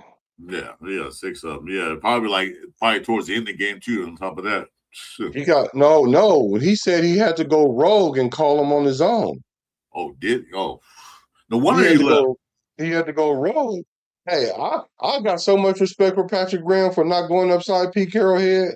All right, maybe not going upside his head, but he didn't come out in the media and let us know nothing about that. He just took all the blame for it, and everybody was flaming Patrick Graham for that. And he never wavered. And it benefited him because now he got the job in Seattle. Because I was afraid that he wasn't gonna get a chance to really get a fresh start. But I'm glad he did. Patrick Graham's in Pittsburgh right now. He went to Pittsburgh Steelers. Yeah. So I don't blame him. Like you said, I'm surprised he go upside his head, but then I've been elder abuse. He probably went to prison. Right. But yeah, because you look at the year before Peter got the defense wasn't that bad. I think we're in like the 16th or 15th position. Yeah, until the season caught up with him, because at the end of the day, if your offense can't score 14 points a game, that's an issue. If the offense can't hold on to the ball long enough when it's 3 and out, interception or turnover, and then defense right back on the field. I think defense had more field time than offense did. They absolutely did. I think by like 9 minutes. Yeah. And if anything, it's supposed to be flipped. No, but yeah, the offense will stay on the field longer.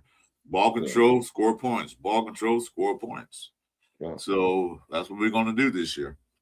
Not going to be 3 and outs every time. And that's why I say 7 wins or 6 wins, 7 wins. Like, because just for that alone, like the deficiency that we had was the coaching. Because by the time it gets to the player, you only giving the player like a 30% chance to succeed. So in this situation, by the time it gets to the player, it's going to be like an 80% chance that you're going to succeed. Now, if you don't succeed, it's because of you, not because of what we're doing to you or the position that we're putting you in. So that means we gotta go. We're gonna have to replace you, buddy. We like you. We like your personality. But like Kubiak said in the presser, we don't care about your personality. We want to know what you're gonna do on the field. Exactly. You don't care.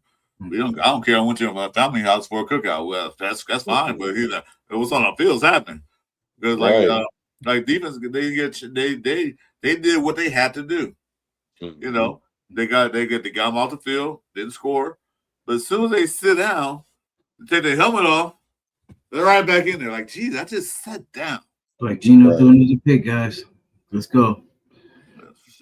Yeah. So I think we'll do a lot better. Got running game, man. Speaking of running game, we think about the running game. Well, how are we gonna do in that running game? So I was gonna bring this up right after you guys were pretty much talking. Like, did you guys see the Mike Washington interview where he was like, I know every running back that was taken before me. And like just how obsessed he was, like if you watch that interview, like how obsessed he was with that, and I love it because he's playing with that chip on the shoulder, and like I know Genty is our guy, but I feel like he's a starter too, like you know what I mean, like so basically we got 2 good running backs, and I think with just a little bit of space, these guys are going to be able to eat. It wasn't like when we had Zamir, how he was struggling. I feel like who. Yeah, we don't say that around here no more. But name we don't mention. But you know what I'm saying? That's the one part I'm very confident in. Our tight end room in the running back room. Like I definitely feel like that's gonna, which is good on the quarterback, because I feel like if the quarterback doesn't have to set back 35, 40 times, you know what I'm saying? That's actually the winning formula for us. Is running this ball, getting this running game going, and then play action if we got to, you know. Speaking of tight end room, they got Wade Chris Collier. I'm fine with that. He was always hurt anyway. I did like him, but they got rid of him. And then they pick up that guy Zach Kuntz or Kuntz. I don't know. YouTube. I don't know how to say it. It might be Kuntz. Excuse me, YouTube. So Kuntz. Yeah, that's one of the words. Like dude, 6'8" and then 251 pounds. This big boy. Yeah. I think they brought him mainly for blocking reasons. So Tyrone just got better. Yeah. Yeah, I seen that coming. You know what I mean? Because I figured out of Lobby and him, Lobby's gonna make it, maybe. And then, Collier's kind of odd man out. So basically Mike Washington is a power back, and that's what we had him kind of really for back there. Not really. Mike Washington, if you look at Arkansas tapes, I'll talk to Raider Ben because he's an Arkansas guy. Mm-hmm. He's not really that power back because most of his runs came from outside the tackles. Yeah, but he breaks tackles though. He can break. He can break tackles, but I don't think he's that power back that you're thinking of. I think he's a different speed back. Because Gentry, what he can do. Mike Washington, you have to play a game, but you got to look at he's more like Gentry need a breather. You can bring him in, and they won't take too far of a step backwards like Gentry to Zamir, which I don't want to say his name too much anymore. That was a big step back, step down. It's like going to a 5-bedroom house to a single. Shit, I'm not used to this.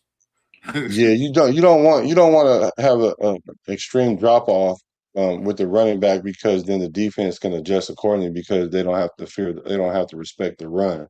But when it comes to Washington Jr., I call him bad intentions because he hits guys, he runs violent, and I wouldn't call him a power back. No. But he does run inside the tackles because I don't know how people are framing what a power back is, because a power back is a back that runs between the tackles majority of the time. I don't even think there's too many running backs like that other than my boy and Henry. Derrick Henry. Yeah, and there's some other ones, but he does run between the tackles. I think people are mistaken in that. I have a video on my channel right now where I played nothing but interior runs by him. Now, but that's neither here nor there because Coach Kubiak is going to be able to scheme that up because it's not that we're running power anyway. So we don't need a power back. So we need a guy that's going to run the zone and one cut and be out of there. And so the thing about Washington is that, and Genty, that at any time, any one of them guys can take it to the crib. And that's what you want, because that's how you make the defense respect you, that if you give him the ball, that he really might score if you give him a crease. You know what I'm saying? So at the end of the day, if you put Washington in on third down, and he break one for 8 yards, get a first down, you can leave him in on first down again and give him another carry, as you do usually if a running back has a pretty good carry. And then you can bring in Genty in for a second down or even a third down. And so it just gives you versatility and unpredictability. That's the thing that we have going on with our team, is the unpredictability. We have that on offense and defense. That's why they want players that's able to do multiple things. So we're not easy to scheme. Because last year we were so predictable. We knew they knew the defense, like the defensive coordinator had the easiest job last year when they played against us. Like, well, we know they're gonna do. Easy. Barbecue chicken. Exactly. Exactly. But see, here's the thing about Washington, what Genty can do. So they're gonna run a zone scheme. So they one cut away from taking it to the house. Yes. And then once they get to that second level, what is the Washington? He weighs 228, 6'2".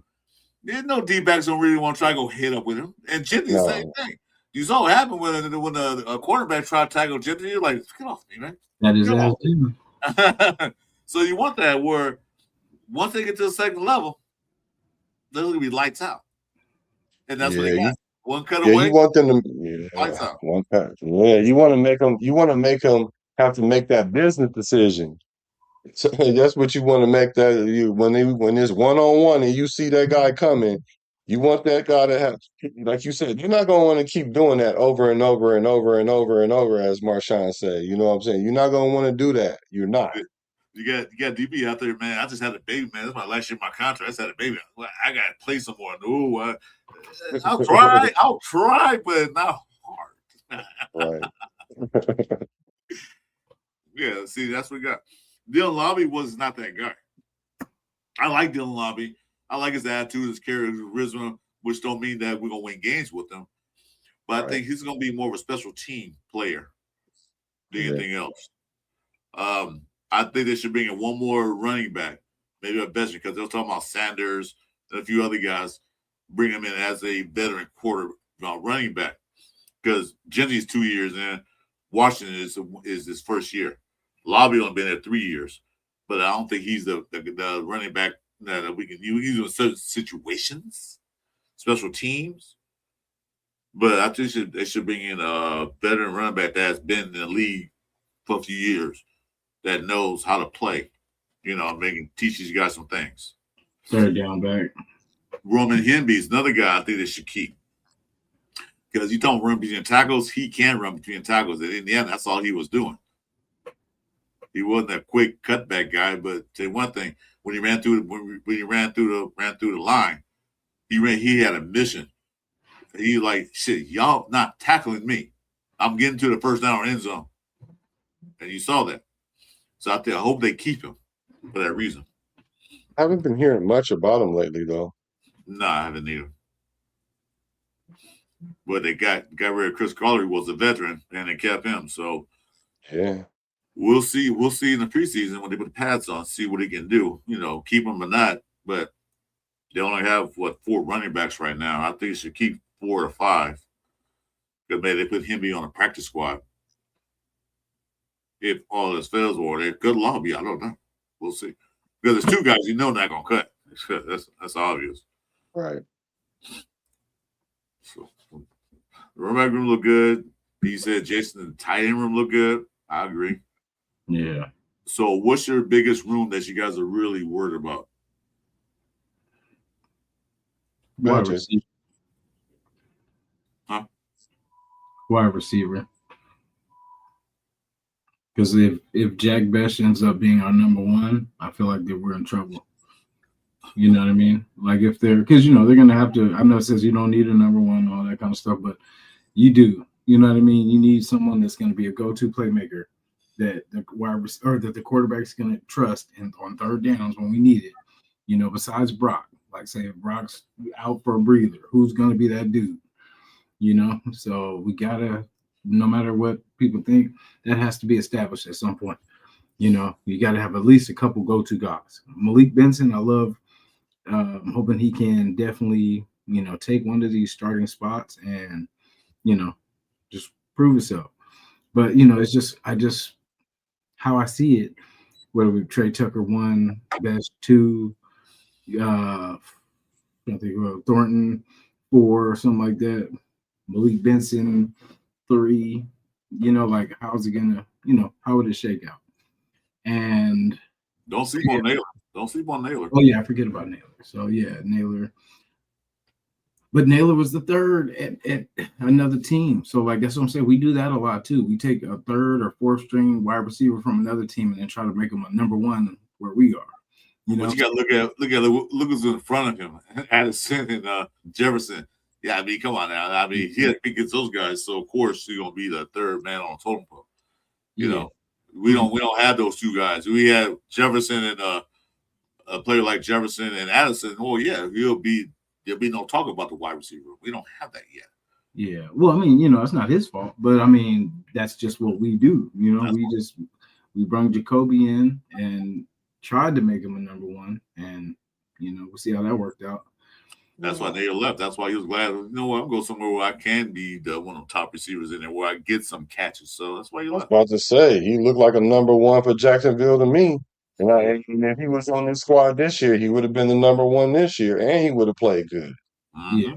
that's And why I don't get why we got rid of I our keep telling number people, 1 and number 2 with I keep Devontae telling Adams. people we played Minnesota. Naylor was killing us.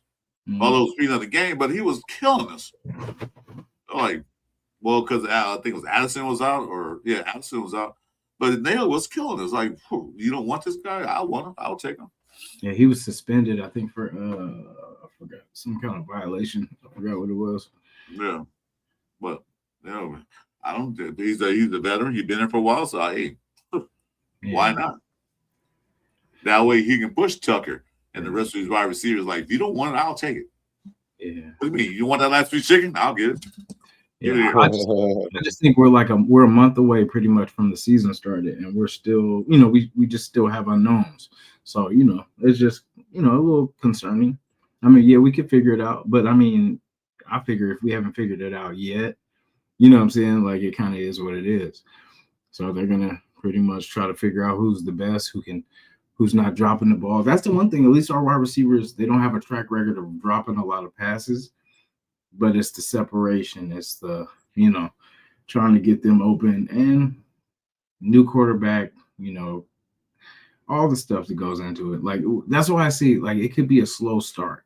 We could figure it out, but I think it might take us a couple games until everybody gels and everybody kind of gets on the same pages, people running wrong routes, you know what I'm saying? Like, all that kind of stuff that kind of goes with the growing pains. But, I figure we will figure it out, but it kind of might be too late as we, because we got a tough schedule, that middle part. So we got to kind of hit the ground running this beginning of the season.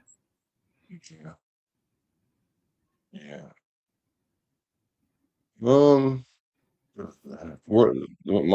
position for concern is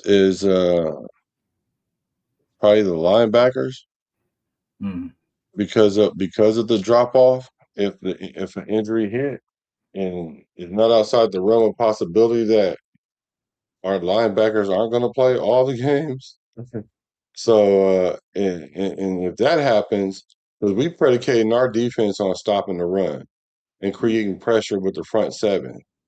And it's because of the linebackers. That's what the 3-4 fits. So that way they all come running downhill through a gap. And if we and I understand we're only gonna run the 3-4 like less than 30% of the time. Like, I get that, because most of the time we're gonna be in nickel and dime. Like, that's just what it is. And so, but if our linebackers if they're out there getting injured, knock on wood if you're with me, then that's gonna be an issue. Yeah, that's a good room too. Linebacker too, because like you said, if we lose one person, say if we look like Walker or Dean, we might be in trouble. Because I mean, we have Lindenberg, we got Hickenberg. And Dean did have some injury problems a few days ago. I mean, for the past couple of years. So that's a good concern. I mean, we got some linebackers in there. They picked up Buddy Johnson and a couple of guys, but we don't know what they're gonna do. But it's a big linebacker room. I think it's better than we had for in a while. But I can see your concern. If one of those guys go down, then who's up next? They talking about Lindenberg was doing good. But yeah, man, they're always doing good in practice, man. Practice, yeah. But like I said, we'll know everything full potential when they put the pads on and go out there and play. And see what we got. So yeah, I agree. My concern is not the wide receiver room. I'm not worried about it. I'm not worried about the wide receiver room. Because you got like you said, you got a good coordinator, offensive coordinator. You got Kubiak. He gonna put the guys in a position to win. My concern is the DB room. That's my biggest concern.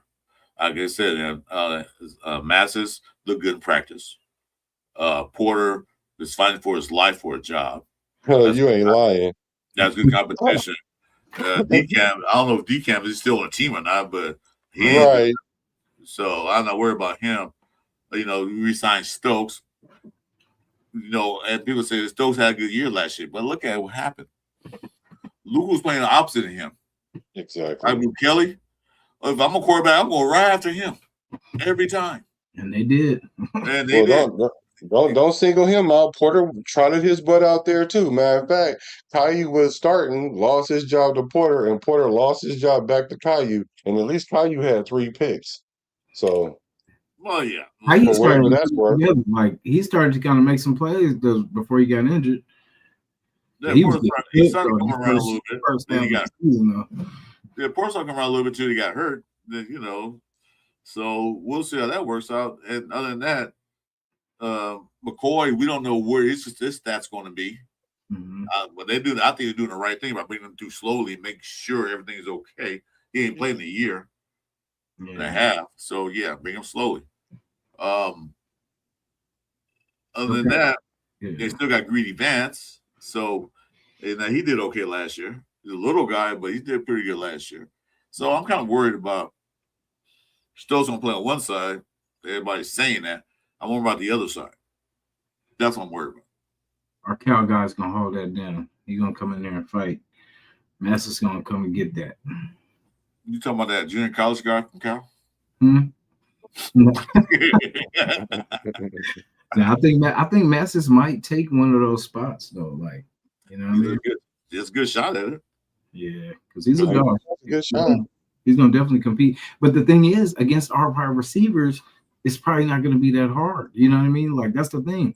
They're good against our wide receivers, but what is it gonna look like against Jamar Chase and Justin Jeff? You know what I mean? Like that's why I want us to bring a wide receiver in. Yeah, we don't need it.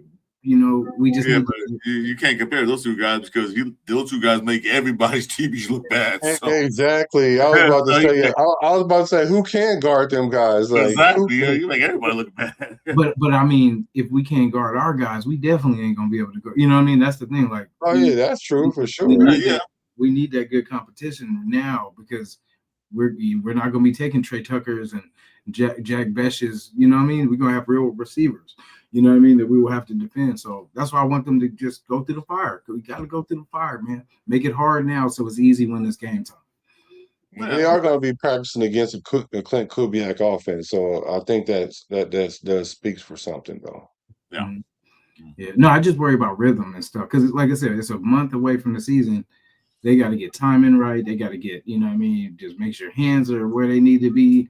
You know, all this stuff. So, I mean, I hope it, like I said, I hope I'm wrong. I hope it gels together. And we've had 3 number ones on this team the whole time. And we didn't know. You know what I mean? But, you know. Like Renee said, we have better talent at positions we were concerned with last year. That's true. Mm-hmm. Now we have hope they develop. And that's exactly what happened last year. They didn't develop anybody. No, they didn't. None. They didn't put them out. They didn't put them out there for development. You know, especially at the offensive line. They didn't develop nobody. Yeah, when we had Bachman as our wide receiver, that's how you know we're in trouble. You know what I mean? Like that's how scarce our room was. And that's what I'm saying. Like we technically haven't changed anything but Naylor. You know what I'm saying? Naylor is the only addition. And so we're kind of in the same boat. But like you said, we got to figure out who's who, and at least Kubiak will help that. He'll get us, he'll point out who's who, and we'll see who's going to be here. Well, they brought in receivers to see who fits better in Kubiak's system. He went out. Oh, okay. Lost him. But he brought in players to who can play well in the system. Mm-hmm. You know, but they saw because some people hollering in the draft, we should draft this guy. Well, he might not fit the Kubiak system. He might not. We should bring in that wide receiver. We should have got this guy. And like they was hollering about when we traded down and got Stoops, which we haven't talked about. When they traded down Texas, and Texas took that defensive lineman from Ohio State. Mm-hmm. Everybody, you were mad. I was pissed. And I said, look, they brought him in for an interview. They didn't like his personality. They didn't like what they saw. They said, you know what? We're fine with our D tackles. What we need is what? What was our weakest point last year on defense? Oh, I was about to say quarterback, but no, I was on defense. On defense, I guess would be our D-backs. Yeah, I would say DBs. Yeah, because you have Paul paying out of position because he's not a free safety, he's a strong safety. Yeah. You had a matchup of DBs going out there playing cornerback. So what was our weakest spot? DB room. That's what I'm worried about right now this year. I'm actually confident this year now that we kind of picked up some more pieces. Yeah, that's why they traded down with Texas and they took Stooks. Yeah, and that was a good pick. Then they got his buddy. Yeah, I love that. And so they brought D-backs to fit in the system. Because they felt they needed a defensive tackle. Like, yeah, we got some guys there, but we can go later and get one. They did get one later. They got the guy Cleveland later in the draft at the end. Yeah. So, but like I said, Kubiak and what's that guy? What's the Joe Master name? Spytek. Yeah.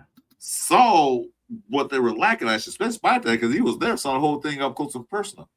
He saw what they were lacking last year.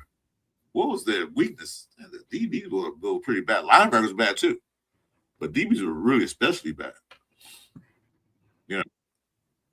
Oh, he's back. There you go. Yeah, nothing there, y'all. No, don't be damn. So I'm good with that. I'm good with that. What they did, because I don't know if you. I'm gonna tell the story right quick. I don't know if you're gonna mad. During the draft, I was on group chat. Me, Jason, and a guy named Chewy about the draft. This guy on the text is texting like mad, like a madman. He was like, because we drafted we drafted Keon, we got that guy Keon. Oh man, he was livid. I'm like, dude, relax. I literally had to call him and calm him down for 20 minutes. He wouldn't let me talk. I said, dude, relax. We drafted Keon, that defensive end. I told him, you know what that means, right? What don't mean nothing? They can't never draft right. I said, no, what that means. That means that your homeboy's out of there. Sure enough, what happened the next day? Yeah, traded his ass off. Yeah. I said, well, they doing shit for a reason, man. Just relax. And you always say, watch the process. Exactly. People spazzed out over the Stooks pick. Yeah. Stooks was understandable because we didn't have a free safety, but it was when we lost Caden McDonald to Houston after we traded back or traded, you know what I'm saying, two we spots. didn't lose Houston because apparently we didn't want. Well, that was where my thinking was. I was like, okay, cool, he's still there, we can get him. That's the DT situation, bam, right there. And then we don't do that. Then we get an edge rusher. I'm like, what the hell? We got Max, we got too many edge rushers, if that. And then what really got me is when we got Zoom, and they're like, oh yeah, that's a good depth piece. I'm like, depth piece? We don't need no damn depth piece. We need a damn starter. Like, what is we doing? It was just how we were drafting. It just at that time didn't make sense until day 2. It started. Well, Zoom was a good pick because he can play all 5 positions, all 3 positions on the line. So he can play any position. Somebody go out, he can get in and do it. I don't know, tackle maybe. Yeah, he can do all positions. So that's a good piece to have on your thing, because what they're drafted for is people that can do multiple things, not just one thing, multiple things. So that's what they drafted for. Yeah, and that dude Chiron, when they drafted him, I'm like, okay, I never heard of him. I had to go back and watch this game. I said, oh, I see what they did, because he's built. He's another, like, don't give up plays. I was watching him, like, he didn't give up no plays. He didn't take a play off. It was at Auburn, and I like what he said when he came in. He said, I'm here. I'm playing behind Max. And I'm gonna learn everything I can so I can be better than Max Crosby. Yeah, I like that. Yeah. I mean, that words are words, but his mentality is what the Raiders want, especially if you watch the Behind the Shield episode. He says that. And they like that. Yeah. Because it's not all about physicality, it's all about what's up here. Yeah. Yeah. Hey, Yeah. boy, But you know, we'll see. We'll see how it works out. well, I'm more confident this season than I was last season. I would have lost confidence last season, but the outcome was like, you know, I'm 62 years old, man. I can't wait another 40 years for another Super Bowl. I'll be 102 by then.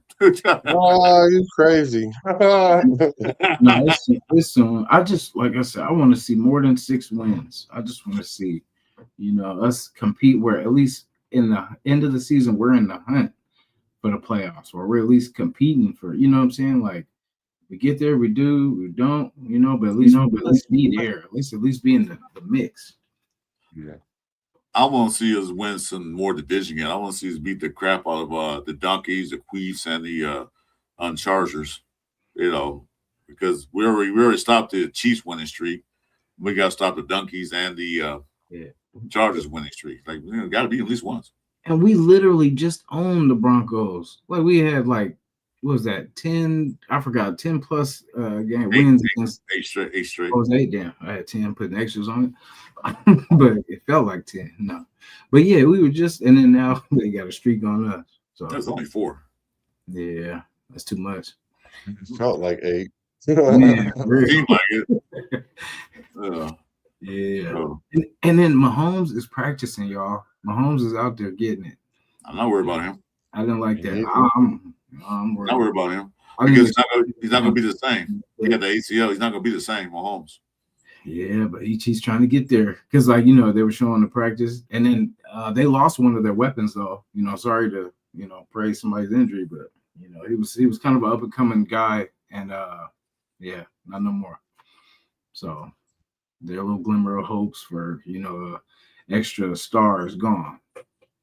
Besides that one game that we really didn't do anything. Well, we had 30 offensive plays.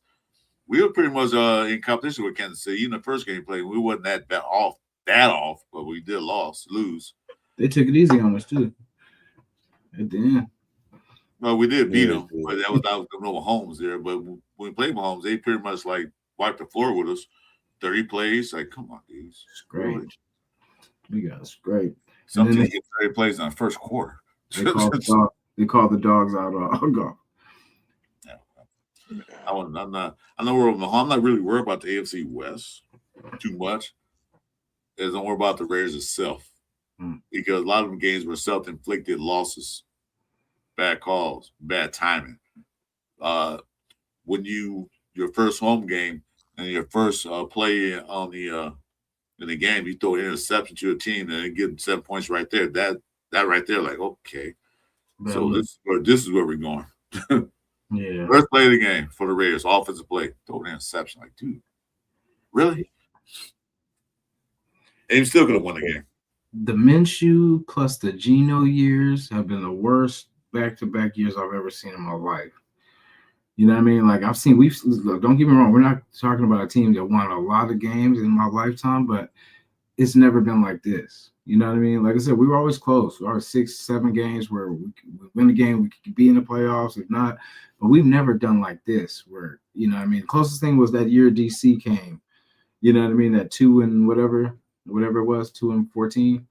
That was the closest we had to and that's rare, you know what I'm saying? But usually it's 4 or 5 wins or something like that. But consistently, since going to Vegas, we have not put together, a good showing at all. Well, how could we? How could we? We kept changing coaches every 6 months. It seemed like hire and fire and changing all these coordinators. How could we have? We had no consistency. We had nothing to. This is where we're going to do it this year, and then we're going to prove what we did last year. This year, next coming year, when you get firing head coaches, left and right. Yeah, you can't. Because if I go back to Detroit, look what they did with Homeboy, the head coach of Detroit. First 2 years, they stunk like they always have. And then what they do, after a couple of years of fighting and getting the right offensive coordinators, the right players in there, and they was making their run. They didn't get to a Super Bowl, but I'm saying, but they made a run. They looked good. They was a feared team at that time. So that's one thing. That's what we got to work. Look at that. It takes time. Because they said from worst to first. Usually from worst to first was the same coach from worst and then the first. Yeah. They didn't change their coaching staff. They didn't change the players. They got better players, but from worst to first, it's the same coach. Mm-hmm. So I expect more out this year. I expect a better game. I expect I can actually watch the whole game without leaving throwing a red brick to the damn TV. I want to curse less. You know, I don't want to be cursing out my TV this year. We'll be all right. Yeah, I'll say it. I'm not even worried about it. I mean, I know going to win more than 3 games. Yeah, We'll watch it go 1 and 16. If we go 1 and 16, I'm probably not. Boy, No, I don't think. I can't handle it. I'm not going. I can handle the team going 1 and 17. I mean 16. I can't handle the fans. We got the Browns, I think, this year, so we at least got 1. No, we're gonna win the first week. Because I already knew that was gonna happen. Though you know what? You can just see a car crash about to happen sometimes. Mm-hmm. And I just knew that was Shador was gonna get his chance at that point because why? Because the Raiders love putting quarterbacks on the map. And that's what's going to happen, and it is what it is. I've watched enough Raider games to know that this quarterback could be he can have 1 touchdown and 5 interceptions up to that point. He's going to come in and throw for 4 touchdowns, 380 yards, and they're going to be like, oh, okay. All right, you do got some promise. Like they did with Dalton for the Panthers. He looked like a world beater when he played us. I knew that was going to happen. I knew that was going to happen. I was like, man, this is not good because he knows what he's doing. Now, the problem with him is his ability to stay in the game because I also knew he wasn't going to last more than 3 or 4 weeks, too. So, yeah, I expect great things from him. I mean, like I said, I don't expect greatness now. I think this is more like Jason said, this is a free year. This is a year to get things established, and Raider Nation and Raider fans got to be patient. Look, they're patient. But there's no patience. I mean, we're impatient because we've been doing so many changes and hiring the wrong coaches, wrong staff, and getting the wrong players. Yeah, I can see the impatience. But this year, I didn't say impatient. I said they're patient, like hospital patients. Mental patience. Yeah. Patience. Yeah, that's what they are at this point. Like, but I mean, I'm not dumping it all on the fans because the Raider organization then gave us every reason to lose our mind. Well, exactly. For years now, they've been like, we had that 1 year we went to the playoffs. Whee! But after that, you know, like, come on. And then what happened? We went to the playoffs, then we fired it. Then we got rid of head coach, hired some idiots. After that, been downhill ever since. Downhill. I mean, not downhill like slowly running. I'm like falling off a damn cliff. Yeah. Free fall. Yeah. Like you jump out of a plane with no parachute. They say, hey, you jumped on a plane, you forgot your parachute. Yeah, right. Around your ankle. Two playoff appearances since exactly. But I'm not worried about playoffs. I'm worried about building this team up. I'm worried about, by 2027, I can look at and be proud. I'm proud anyway, regardless. I'll walk around my Raider gear on. People say, you're a Raider fan? Yeah, I'll put soft for you. Why? Because you guys suck. Who's your team? Oh, I don't really have a team. Well, shut the fuck up. That team sucks too. It was shut up then. If you have a team, then don't talk to me. Well, I like this team this year. Well, good. You're a bandwagoner. You're not a fan. Right. Don't even talk to me. That's shit. One guy like that. Who's your team? Now this is the beginning, like without injuries and all that kind of stuff. So it still looks pretty clear, but we'll see how this shakes out. We get them pads on Monday. Is it Monday or Tuesday? Let's get it. Oh, is it Tuesday? Yeah, it might be Tuesday. I think it was Tuesday. I thought it was too because they got 2 more practices to do. I think they're off today. Or they're off Sunday. So they got 2 more practices. Yeah. Well, let's get it then. Let's get to it. Yeah, because that's why I said that's why I really didn't want to talk until these times when the pads come on, Because nothing means that everybody looks good running in shorts. You know what I mean? Like, oh man, he looks fast. He looks real fast. He catching that ball with nobody on him, doing real good. But it's like when they start competing, like when we get to Houston, or when Houston comes for the joint practice, that's when I want to listen. I want to hear what that looked like against a professional defense like that. You know what I mean? How that offense looked against them. And then we'll be impressed. We could have beat Houston last year. Almost there. But like I said, bad play calling, bad things, bad time. Yeah. I think that playing against Houston, and I don't think we did what with Pete Carroll. We didn't have a joint practice, last year. No. I think, was it? I think we did. I thought we did. I don't think I felt like we did. I felt like we did. I thought we did. I don't know. I wasn't sure, but any event, at least we have a joint practice with a premier defense that tests our offense out. Yeah. Yeah. That's what they can do and say, no, let's see what we got. Bro, I hope we hear the wide receivers were giving the DBs in Houston a problem. That's what I want to hear. Because until we hear that, then then we'll be concerned. But like I said, I'm not knocking this wide receiver room so much as anybody else is. Like, remember that they couldn't do nothing that shit because the quarterback didn't give him the ball because he's running for his life, or he's getting sacked, or he's throwing to the other team. So they really get a chance to do anything. The ball that they had come to either short, too high, or too low. Yeah. Because we had joint practice last year against the 49ers, by the way. I just want to throw it out there. Okay. Oh, what's the Niners? Okay. 49ers, all right. Which is a good one too. I like going with good, with solid teams that are good defenses. Playoff teams. Yeah. No. So we'll see. Our first preseason game is coming up after that. After a few weeks. Can't wait for that. We'll see your boy Mendoza out there eventually. Can't wait. Mm-hmm. And they'll probably throw AOC out there. They probably throw that dude Jacob Clark, which nobody's talking about because nobody's talking about him. Right. But see, the reason why I like this because it was oh my God. Hold on, man. Oh my God, this dude's in here. Give me a second. Who, Furpo? Got to do this. Hardest working man in show business. As you take it off? There we go.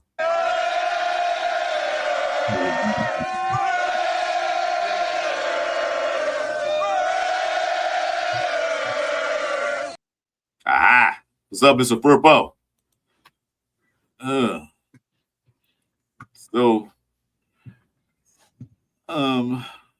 What am I talking about? I forgot. Go ahead, say something. I forgot what I was saying. You talking about us making the playoffs? 10 wins? I didn't say that. I know I didn't say that. 10 wins every year on your back. You know what I mean? Upside down, you win 10 games. Oh, I just see 10 games. I like to see 12 games. Hey, I like to see the Raiders go 20-0. You know what that means? That means they won Super Bowl. So, that's what I want, but that's fantasy land. Listen, we live there. We go there often. We'll see. Like I said, we're the type of team we surprise. Like the year you think we won't do nothing is the year we surprise. I haven't thought that at all because I thought we're not going to do anything. We did exactly what I thought. We're not going to do anything. Kirk at quarterback is interesting. It really is, though. Like, because if anybody can get the best out of these wide receivers, it's going to be Kirk. Yeah, just getting it to the open guy, and that's what I said. That's it. You could be 6 to 8 games. You know what I mean? It depends on how it goes. Like, if we lose to Miami, it's over. Remember, Chris, how I said by game 2, we'll know. If we lose to the Chargers, it's over. No, I said the Raiders go 20-0. That means we win the Super Bowl. 12 wins, I'm fine with that too. Hey, I'm fine with wins and losses. I'm not here for that right now. I'm here to see us play better football. That's all I'm gonna see. I know we got to develop a lot of young guys. We got to get cohesiveness. We got to get the offensive line right. We got to get the linebacker core right, the DBs. There's a lot of things we got to fix. We also got to fix the place kicker because we got Tokyo 2 out there that's I heard out there killing it. See that part too. That's until we get our kickers. There's only one position in this whole team, I think, that we have to worry about anything punter. Not to say that's a goddamn punter. Yeah. Well, we for Documented. hella years, Shane Leckler was the best player on our team for a lot of years. Yeah. That goes to show you too where we've been as an Well, organization, that our star players Where's include always had good punters. kickers Where's and always, punters.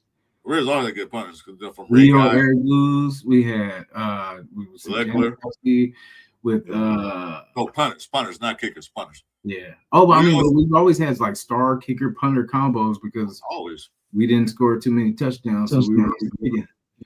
Ooh, they had a lot of practice. That's why. They were in rhythm. As far as our kicking competition, I did hear that Matt A with the G being silent. I heard he hit all his field goals, and I heard Tokyo missed one. But I'm not really looking too much into that. What I do want to see is how they perform in the preseason, because that is so. As much as preseason is not much like a real game, I guess, as we saying it loosely, or as I'm saying it loosely, um, in the kicking game, it's legit. It's legit. That's a legit opportunity. Like, that's legit. So Yeah. we're gonna see. And the thing about Tokyo Toe is he's a college kicker, so it's not many chances he got to kick 55-yard, 56, 57-yard field goals. And for me, maybe I'm just spoiled from Janikowski, knowing that if we trot him out there from 54 on out, that we really got a good chance of it going in. But I want to kind of see how that plays out, because I think he's accurate. I think I think it's a good story and everything. But I think, like Kurt Kubiak said, the story don't mean nothing to him, man. Can you put it through the uprights? And so Exactly. I'm really interested to see what that kicking battle looks like in preseason. Yeah, because you gotta remember he learned how to play football from YouTube. I love it. He learned how to play He played at YouTube University. He was learning with it. And YouTube. he played in Hawaii, which is not a higher echelon conference, and plus the ball's different. You know, there's a lot of things going to change for him. But like I said, I give him a shot. I give him credit. At least they wouldn't sign him. Yeah, you know, they depend on Matt Gay to to be the guy. So maybe I thought it was. Why did you sign another kicker? Wait, just in case. We're covering every background we have. Like I said, there's only one position that doesn't worry about. That's punter. That's it. Yeah. So you guys have been on 2.5 hours already. Nice. What you got going on, Black, this week? Well, this week I'm gonna just keep on streaming, keep on grinding, try to get my name out there. I'm a rookie this year. I mean, I was here last year at the beginning of camp. So this is going into my second season, but this is my first. That's like my red shirt year. I recently got monetized, so I'm excited about that. And then so I'm gonna keep on grinding with that, because this is a slow part of the year. And so that way, when the season kick off and everybody watching, all the content creators and the numbers go up, then I feel like I at least earn my position here in the Raiders verse. So I'm looking forward to that. Coming Friday, Jason gonna be there. We got the Fight or Flight Club, which is gonna be a debate show, a structured debate show, not ghetto. It's not gonna be disrespect, none of that. I just wanted to have a place where we all can have conversations about all these things, Raiders, and vent out what happened during during the week in the game, and just have a place that we all can kind of come together and collab. A lot of us lesser known content creators, because a lot of the upper ones, they're where they are, and they're on Mount Rushmore or Mount Shieldmore or wherever they put themselves, and so they're a little too high for me. So I feel like all the guys that's been grinding, trying to get to monetization and stuff like that, we all can collab together. We can we can share with each other audiences and get our names out there, and also just have fun at the same time. So that'll be Friday at 8:30 West Coast time. So If you're a Raider fan, you might want to pull up to that because I think it's going to be really, really fun. And I'm looking forward to Jason popping out for that. And you're any Raider fan that's been Raider fan 45, 50 years and on, like the gold members, like I have the utmost respect because I'm 53 and I've been a Raider. Like I said, I was born into it. So we understand when we say it feels different, and it's not because of I don't like to lead with feelings, but this feels different because it is different because of the way we're structuring things. So we're gonna talk about a lot of hot topics and just get at it, and have fun. So that's what I'm looking forward to this week. You said Friday 8:30. Yes, sir. I might pull up in there. If you Yeah, don't that'll mind. be nice. That'd be no, I would love that. All right, cool.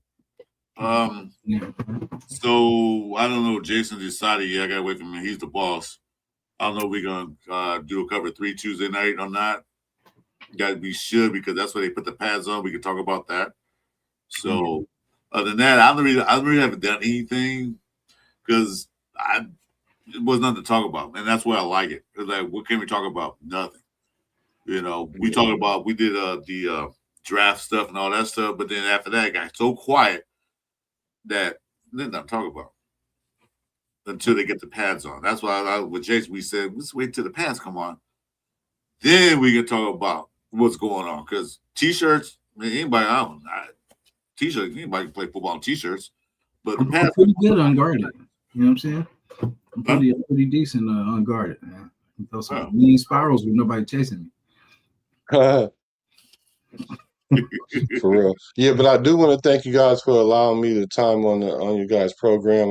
I've watched this show for a minute. I'm subscribed and everything. So you guys make sure you subscribe to the gentleman's channel. I mean, I don't know if you guys really realize how much work goes into this. It's a lot more than just it's a lot more than just popping on the camera and just start talking. It's a lot more to it than that. So I respect what you guys do. And thank you. You have your link. You can put it in the chat right quick. I can post it up. Let me see. Well, it's just business decision sports, just like underneath my name. It's like town business, BIZNESS decision sports, because sometimes you got to make that business decision when you playing sports. You feel me? So that's kind of how my show is predicated on. Yeah, like you said, it's good not talking about Estonia saying ABA. We don't have that anymore. We don't have that right now. That's good. That's Right. good. You talk about the bad. You talk about the good that's coming up. So anyway, so we're gonna go ahead and call it. Pizzle it up. Pizzle. Oh yeah, I'm sorry. I'll be remiss if I don't say that. We do the Bart show Monday, Wednesdays, and Fridays, 3:00 West Coast time, the Bay Area Raider Talk. So that's the Bart show that we do, and Pizzle, great co-host on that show. So make sure y'all pull up to that too, because like I said, that them OGs, we know what it is. We know what it is. Jason, he know what it is. He really from Oakland out, as we say, right? So you already know what it is. So yeah, make sure y'all can pull up to that too if y'all don't mind, because it's definitely a good show. Yeah, I guess I'm one of those guys that have been around for a long time. I've seen the ups and downs, and I'm tired of the downs. So I'm ready to see the ups now because it's been too long. Oh, yeah, we invested already. You know what? It's like an investment. We already endured the rough time, so it's time for us to get paid now. Cash us out. Yeah, it is. I guess what's one more delusional season? You know what I mean? Right. Exactly. Worst case scenario. We've been through enough already, so yeah, it happens. Yeah. Okay. Hey, I can see it's 8 to 10 games this year. You know what I'm saying? Hey, the closer we get to the season, it's probably we'll be at 12. You know what I mean? Well, they're the biggest. Their odds are against 4.5 wins. They're like, okay, well, that's one half wins more than last year. No, Vegas got it at 5.5, and they wanted, and they say you should take the over.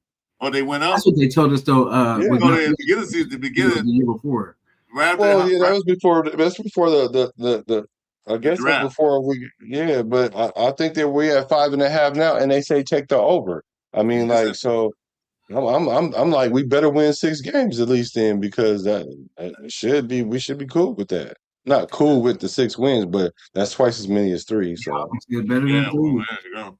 Yeah, because at Yeah, least well, we can as I talk about. saw, I saw that 4.5 right Mm. before the draft. Oh, Four and a half. Like, okay, well, that's okay, good. That's one more. That's 1.5 more than we won last year. So okay, well, whatever. right, 5.5. Okay, well, that means 6. if we can beat yeah. Miami, that's what I said. If we beat Oh, Miami, man, we if we win 2 out of the first 3 games, and I think we play Kansas City in one of them games. I thought we played the Chargers. We played Miami, the Chargers, and who else? And then I think we play Kansas City. But either way it go, we mess around and win a couple of them first couple games and beat a struggling Mahomes or a not so Mahomes. yeah, I don't because know. I think Max can get to him now. But I think Mahomes is a smart QB. He's gonna get the ball out of his hands quick. They're If gonna, he starts, if yeah, he plays, yeah. Well, no, I mean he's practicing, but he's running around now. He looks like he's on pace. well, the ACL tells they're gonna, got to worry about that. The So, game guys is like, we ain't trying to hear. Oh shit! oh, lost him again. My bad. My No. bad. I'm trying to The game, they were saying, I ain't trying to hear that. I'm claiming that we about to win some games. Let's get it. yeah, That's right. That's exactly. yeah. Crawford, yeah. Of course, they're gonna play a lot, so they're not gonna play the stars too much. Crosby's not gonna play that much. They probably put Kirk Cousins out there for a couple of series in preseason, take him out. Shuffle in between the 3 other quarterbacks. So you don't expect all the stars, the main stars, to play. Like Cole Miller's not gonna play that much. Lindenball probably play a little bit more because they want to get the flow. But don't expect to see all the stars out there because after the first quarter, you can forget about seeing stars out there. First week of cuts will be the Cameron Richardson. He'll be in that first wave. Damn. Well, I Right. mean, DCam caught a stray. Yeah, that's true because I don't hear anything about DCam and Camp. Nothing. I seen him like just standing there, but as far as making plays, nah. I think he's out. I don't think his head's in the right place anyway. I forgot they lost what's his name too, Worthy. Well, not lost him, but he's some shoulder injury from last year still. Ooh, Worthy? Yeah, Worthy got banged up. I think it was either the day before yesterday or yesterday. Sure, we're talking about Kansas City. Yeah. I ain't worried about what Kansas City got. Shoot. Well, I mean, that's our toughest, you know what I mean? Like, so we got to always know what they're doing too. Because it's what we do, but we got to know what the people around us in our division are doing too. Yeah, absolutely. I agree. Yeah, that's true. But then you got to worry about the Donkeys because they picked up that dude from what did they pick up? Waddle. Yeah. So as you say, we got there's a lot to worry about, but I'm not gonna look at other teams and worry about what they have. I'm worried about what we have, what we can do. Yeah. Well, but we stack our roster. Because I want teams to fear us again like they did back in the days. And I wouldn't worry about what they had. They had to worry about what we have. See, we don't have that. We don't have that no more. Yeah. Everybody's worried about. Well, Kansas City picked up what you call the Denver Broncos picked. So what? I want to worry about what the Bears did have, not what they have, what we have. We still got Brock Bowers, so Yeah, well, that one player don't make a team. Thank you. Well said. Yeah, because every time we talk about wide receiver, everybody's like, "Oh, we got Brock Bowers." Like, last time I checked, he's a tight end. Well, that's true. But like I said, I don't care what they have. I'm worried about what we have. So what they signed? Oh wow, Kansas City just signed this guy. Big deal. What do we have? That's what we need to worry about. That's the question right there. What do we have? Anyway, well, guys, I'm a sign. We are ready to sign out because I'm gonna go eat some food. I think my wife came in and said I'm hungry. Hey, call me anything you want, but just don't call me late for brunch, lunch, or dinner. Okay. Right. But I don't know. But you guys did talk about the 49ers, so I'm kind of scared to go in there now. So I don't know. We're the second best team in the Bay. Well, the only team in the Bay, not even the Bay anymore. They in another That's part of the state. So. I know it saddens me when I go in like Targets and it's all Niners and Giants stuff. I don't like it. Yeah, hate it. But you know, respect to all. Respect to all. All right. So with that being said, guys, hey, thanks Black for coming in, man. Join this morning, man. Appreciate your input and everything else. I'll probably try to jump in Friday. Mm-hmm. Check it out.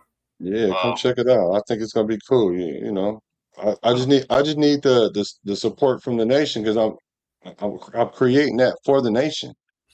You know, because I hear a lot of things about that we want to be able to collab with each other like that, but then it's always some kind of weirdness that goes on amongst these content creators, and that ain't gonna stop me from trying. But sometimes, you know, it just keep trying. One day it'll come into place because you know, we'll have it. We'll get it done. That was my intent because I want to come and talk to the Raider fans and the Raider Nation because where I live, there's not too many Raider fans in the middle of the damn desert. So I like to sit and talk to you, see what you guys think. You know, get my opinion out there. That's the reason why I did a new channel. I'm not monetized yet, and I don't even worry about all that. I don't even care if I reach the monetization because I'm not worried about getting paid by YouTube because it ain't that much anyway. But I just want to talk to people. I want to meet different people. Like I just met you. The first time I seen your show, but the first time I met you. Yeah. I just watched Red Twine. First time I met when we did a live show. So I like to meet people, talk to people, and like get their opinions about it. Because everybody has a different opinion about the Raiders. Mm-hmm. You know, I got my opinion, you got your opinion. Jason don't have the opinion. He likes Kansas City. Jason a bully. Yeah, exactly. No. I'm on the problems, man. I was just team, man. I love my squad. He had that boy on stage talking about, I don't want to see you. Wait a minute, but Black, either you kick him off or you'll never see it again. I'm like, is this what we doing? I'm like, what's that last show? I don't think I watched it. Go back and watch it. Yeah, you might want to go in there and peep that because that was something. I'm telling y'all, my shows be epic. I don't plan them out like that, but I'm telling you, it's always something that's going to happen on there that's going to be epic. I promise you. It's not that I try to do it like that. It just is. It just is. Yeah. Well, one thing about Jason, because I mean, we did a show together when he gets triggered, man, and ain't no stopping him. Like Jesus, to his credit, as they do, calm down. No, to his credit though, because I wasn't reading the chat, and so when I looked up and I saw the thing I saw the message said, "But I'm really from Oakland." though. I just, wait a minute, time out. What's going on? And then, but he was saying it in another context. And then once it all got into context, and then I shot him a message, and he really was receptive. And he was, and like I said, I love the fact how he handled it and everything, because Brett took what he said out of context, and then it went left. And so I was like, how did we get here? You know, and I was just giving Jason a hard time, calling him a bully because Brett was crashing out. Because he thought Jason was looking for him, and brought daylight with a flashlight. You like come to find him over a comment? Like I'm like, like come see me. Right. Be on the same team. Right. Because he said next time I see you, we can handle it. Because we was talking about the show on Friday. That's what Jason was talking about, and that's what I thought he was talking about. But he was thinking he meant in real life, like the next time I see you, it's on. Bruh live in Canada, so I don't even know why he even felt that way. But hey, who was it? What's the name? Like I'm gonna go all the way out there for a car. I'll forget what it was by the time I get out there. Yeah, for real. What was his name? I'm gonna go watch the show in a minute. But what was his name? No, it's on my show, The Business Decision. I don't want to put his name out there just because I just ain't. But I'll tell you when we go off. But people that go to the channel, they'll see. It won't be hard to find. Trust me. But see, like my boy Frank says, somebody has to guard the gate. Right. Yeah, somebody got to guard the gate, right. But shout to bro though. Respect to bro. Shout out to bro, yeah. Like, just difference of views, and that's fine. That's fine. Yeah, and to his credit, he did apologize for taking it the wrong way. So to his credit, that too. Yeah, I think we cleaned. We got back. Yeah, we on the same page. Wish him the best. You don't want to trigger Jason. I'll tell you one thing. No, it's an Oakland thing. He like that pit bull, man. He won't let you go. It was. I was kind of getting just more frustrated just because I think it was just a missing of the point of. It's not that we're not just representing that they left us in Oakland. It was the Bay Area, California in general. Like it's not just one city that was upset. Like it's not. Right. We're not talking like bitter people. It's just, you take something from someone break into your house and take your stuff. You know what I mean? You're gonna be a little hot. So we got a team. Into another state. You know what I'm saying? So it's like, it was a little. I mean, we still love them, but I mean, you can't help but to feel the way we feel. But like I said, once we start winning, you know what I mean? It'll kind of take a little of the, because if the point was to move, and then that was gonna equivalent some wins. It's not working too well. You know what I'm saying? But not at all. Right. That's what everybody was saying when they were like, watch, we gonna start winning games once we move. And it's been a rough one, man. But you don't want to trigger no dude from Oakland because once they go there, they're there. It's just they're already mad. They lost their team. So don't piss them off. Shout out to the Roots, though. Shout out to the Shout out to the Roots, man. Well, I'm fine because the biggest only $3 for me, so I'm good. Yeah, straight up. So, bro, you said that everyone should be happy now. It's financially, a blessing that they're, but financially, yes, we're blessed. But football-wise, we got work to do. Mm-hmm. We got a lot of work to do. I think it's coming. It's coming forward. It's coming in forward. But you got to be, like I said, patient and let the process work, and then we're good. Anyway, guys, salute. Thanks, guys, for coming in. Like I say, today it's a free subscription day, so make sure you subscribe. So we'll talk to you later. Yes, sir. You guys have a good one. And we are going to say this before we leave. I'm all right at all.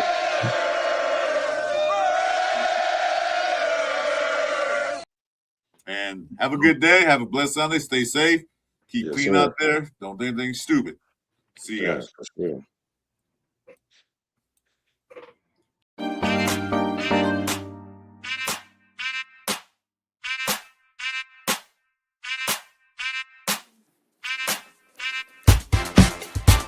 It's the Sunday morning pillaging show. This for Raiders. Oh, Raider Nation, Jasin. Oh, pillaging just for